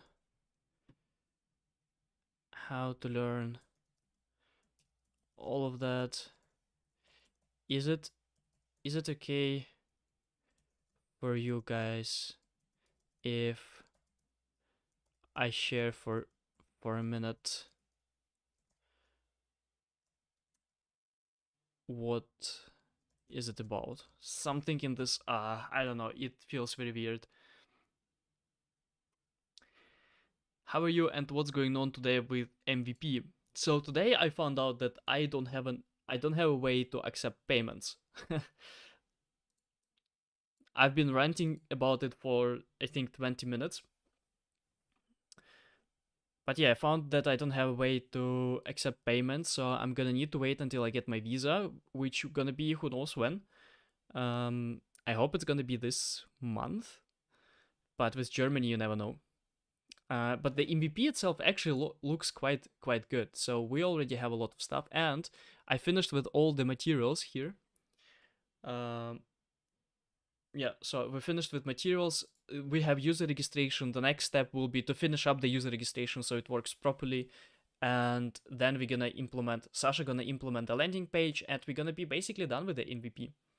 So that's gonna be quite awesome. And then we're gonna, I mean, it's a good thing. I think it's a good way that it's a good thing that we need to wait a little bit because it's gonna make just the platform look better. It's always better to launch with a quality than rushing, but it's gonna put me in the more difficult spot because I'm financing this whole thing from my own pocket, and we don't have infinite runway.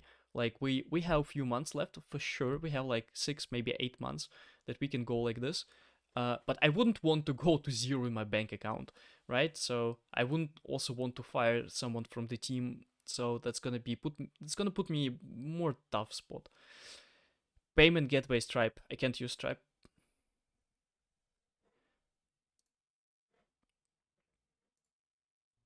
And then I wait, and it's always awkward.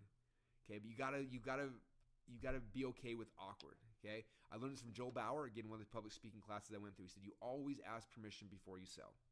Because as soon as they said, yes, you can sell to me, I could just change everything, right? So I always ask them permission. So do you guys mind if I just spend a minute real quick and show you this package we put together called Funnel Hacks? And then I wait. I do this awkward silence. And if I'm at a seminar, also you hear people say, yes, yes. They're screaming. Everyone's like, yes, yes. Can you just tell us what it is? Like, they all start screaming. And then I know I'm in. Okay, on a webinar, I sit there, and all of a sudden I start seeing all these people in the GoToWebinar saying like, okay, I'm in. They give you permission. Okay, if someone just gave you permission to sell, they're more likely to buy. Okay, so I like to ask them for permission. Okay, all right. So there's probably permission. Then I go into, okay, here's what we got. Now we start going over here into the stack. And then the closes. Okay. Now I'm gonna go through the stack because this is the most important. I'm gonna share some of these closes. I'm not gonna go through all the closes because there's 16 of them here. I can spend like 20 minutes on each one, and we don't have time for that. Also, like there's a lot more in this. This is just the ones I use like all the time, and then there's a whole bunch more that I use sometimes. And there's so I'm not going to go into all these, but I'll show you guys a bunch of them. If you're interested in learning all these, I have a presentation on the Perfect Webinar I give away for free that goes into all of these. And if you just go to perfectwebinarsecrets.com, you can get that as the DVD, and it goes through all of the different closes. So just because I know I'm not going to have time to go through all of them, so I'll go through a bunch of them. But just if you want to dig deep into that, you can get that for free. It's like I think $4.95 shipping and handling mail is a DVD out to you that goes through all of them. So okay, so the stack. So I wonder what this guy's telling you about for the next hour, because we've done 50 minutes and the presentation was 1 hour 50. How many views does it have? Where are the views? It has 60,000 views. Just imagine that. Only 60,000. Only 60,000 people on the whole planet saw this presentation. And this is one of the best presentations I've ever seen on how to build a webinar. Like, how? Is there only imagine in the whole world, and a lot of these views, like I just watched it once, I'm gonna rewatch it again. Out of the 60,000 people, how many people like unique views there? Maybe 40k, right? So 40k, only 40,000 people ever have saw on earth this webinar. Like, this is crazy. And sometimes I found on YouTube videos that are just gold, like videos that are so helpful that can, if you watch it at the right time, and if you implement a lot of from this video, like you can earn so much more money. And those videos, they have like 100 views or maybe 50 views, and like it's so crazy to think that this is so unpopular stuff. Yeah, this is awesome, guys. I'm gonna need to go because I've been streaming for 3 hours something. So I'm gonna need to go, and I'm gonna continue doing today. I can literally, like, this type of thing, I can nerd out about those things for a very long time. Like, this is something that I would be watching in my free time. So I like that you guys hang out with me here and share this awesome presentation. That's, if you really want to start, if you want to learn about business, that's the way to do it. Not building, not coding the thing, selling. This is something that's going to bring you money, and this is something that I also not good at it, and I'm learning this stuff. So thank you everyone for sticking, and I'm gonna be streaming tomorrow. So see you guys, everyone, tomorrow. Was a real nice stream though. Was a real nice stream.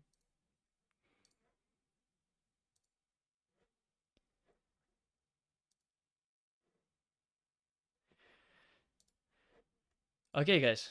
See you tomorrow at the same time. Bye bye.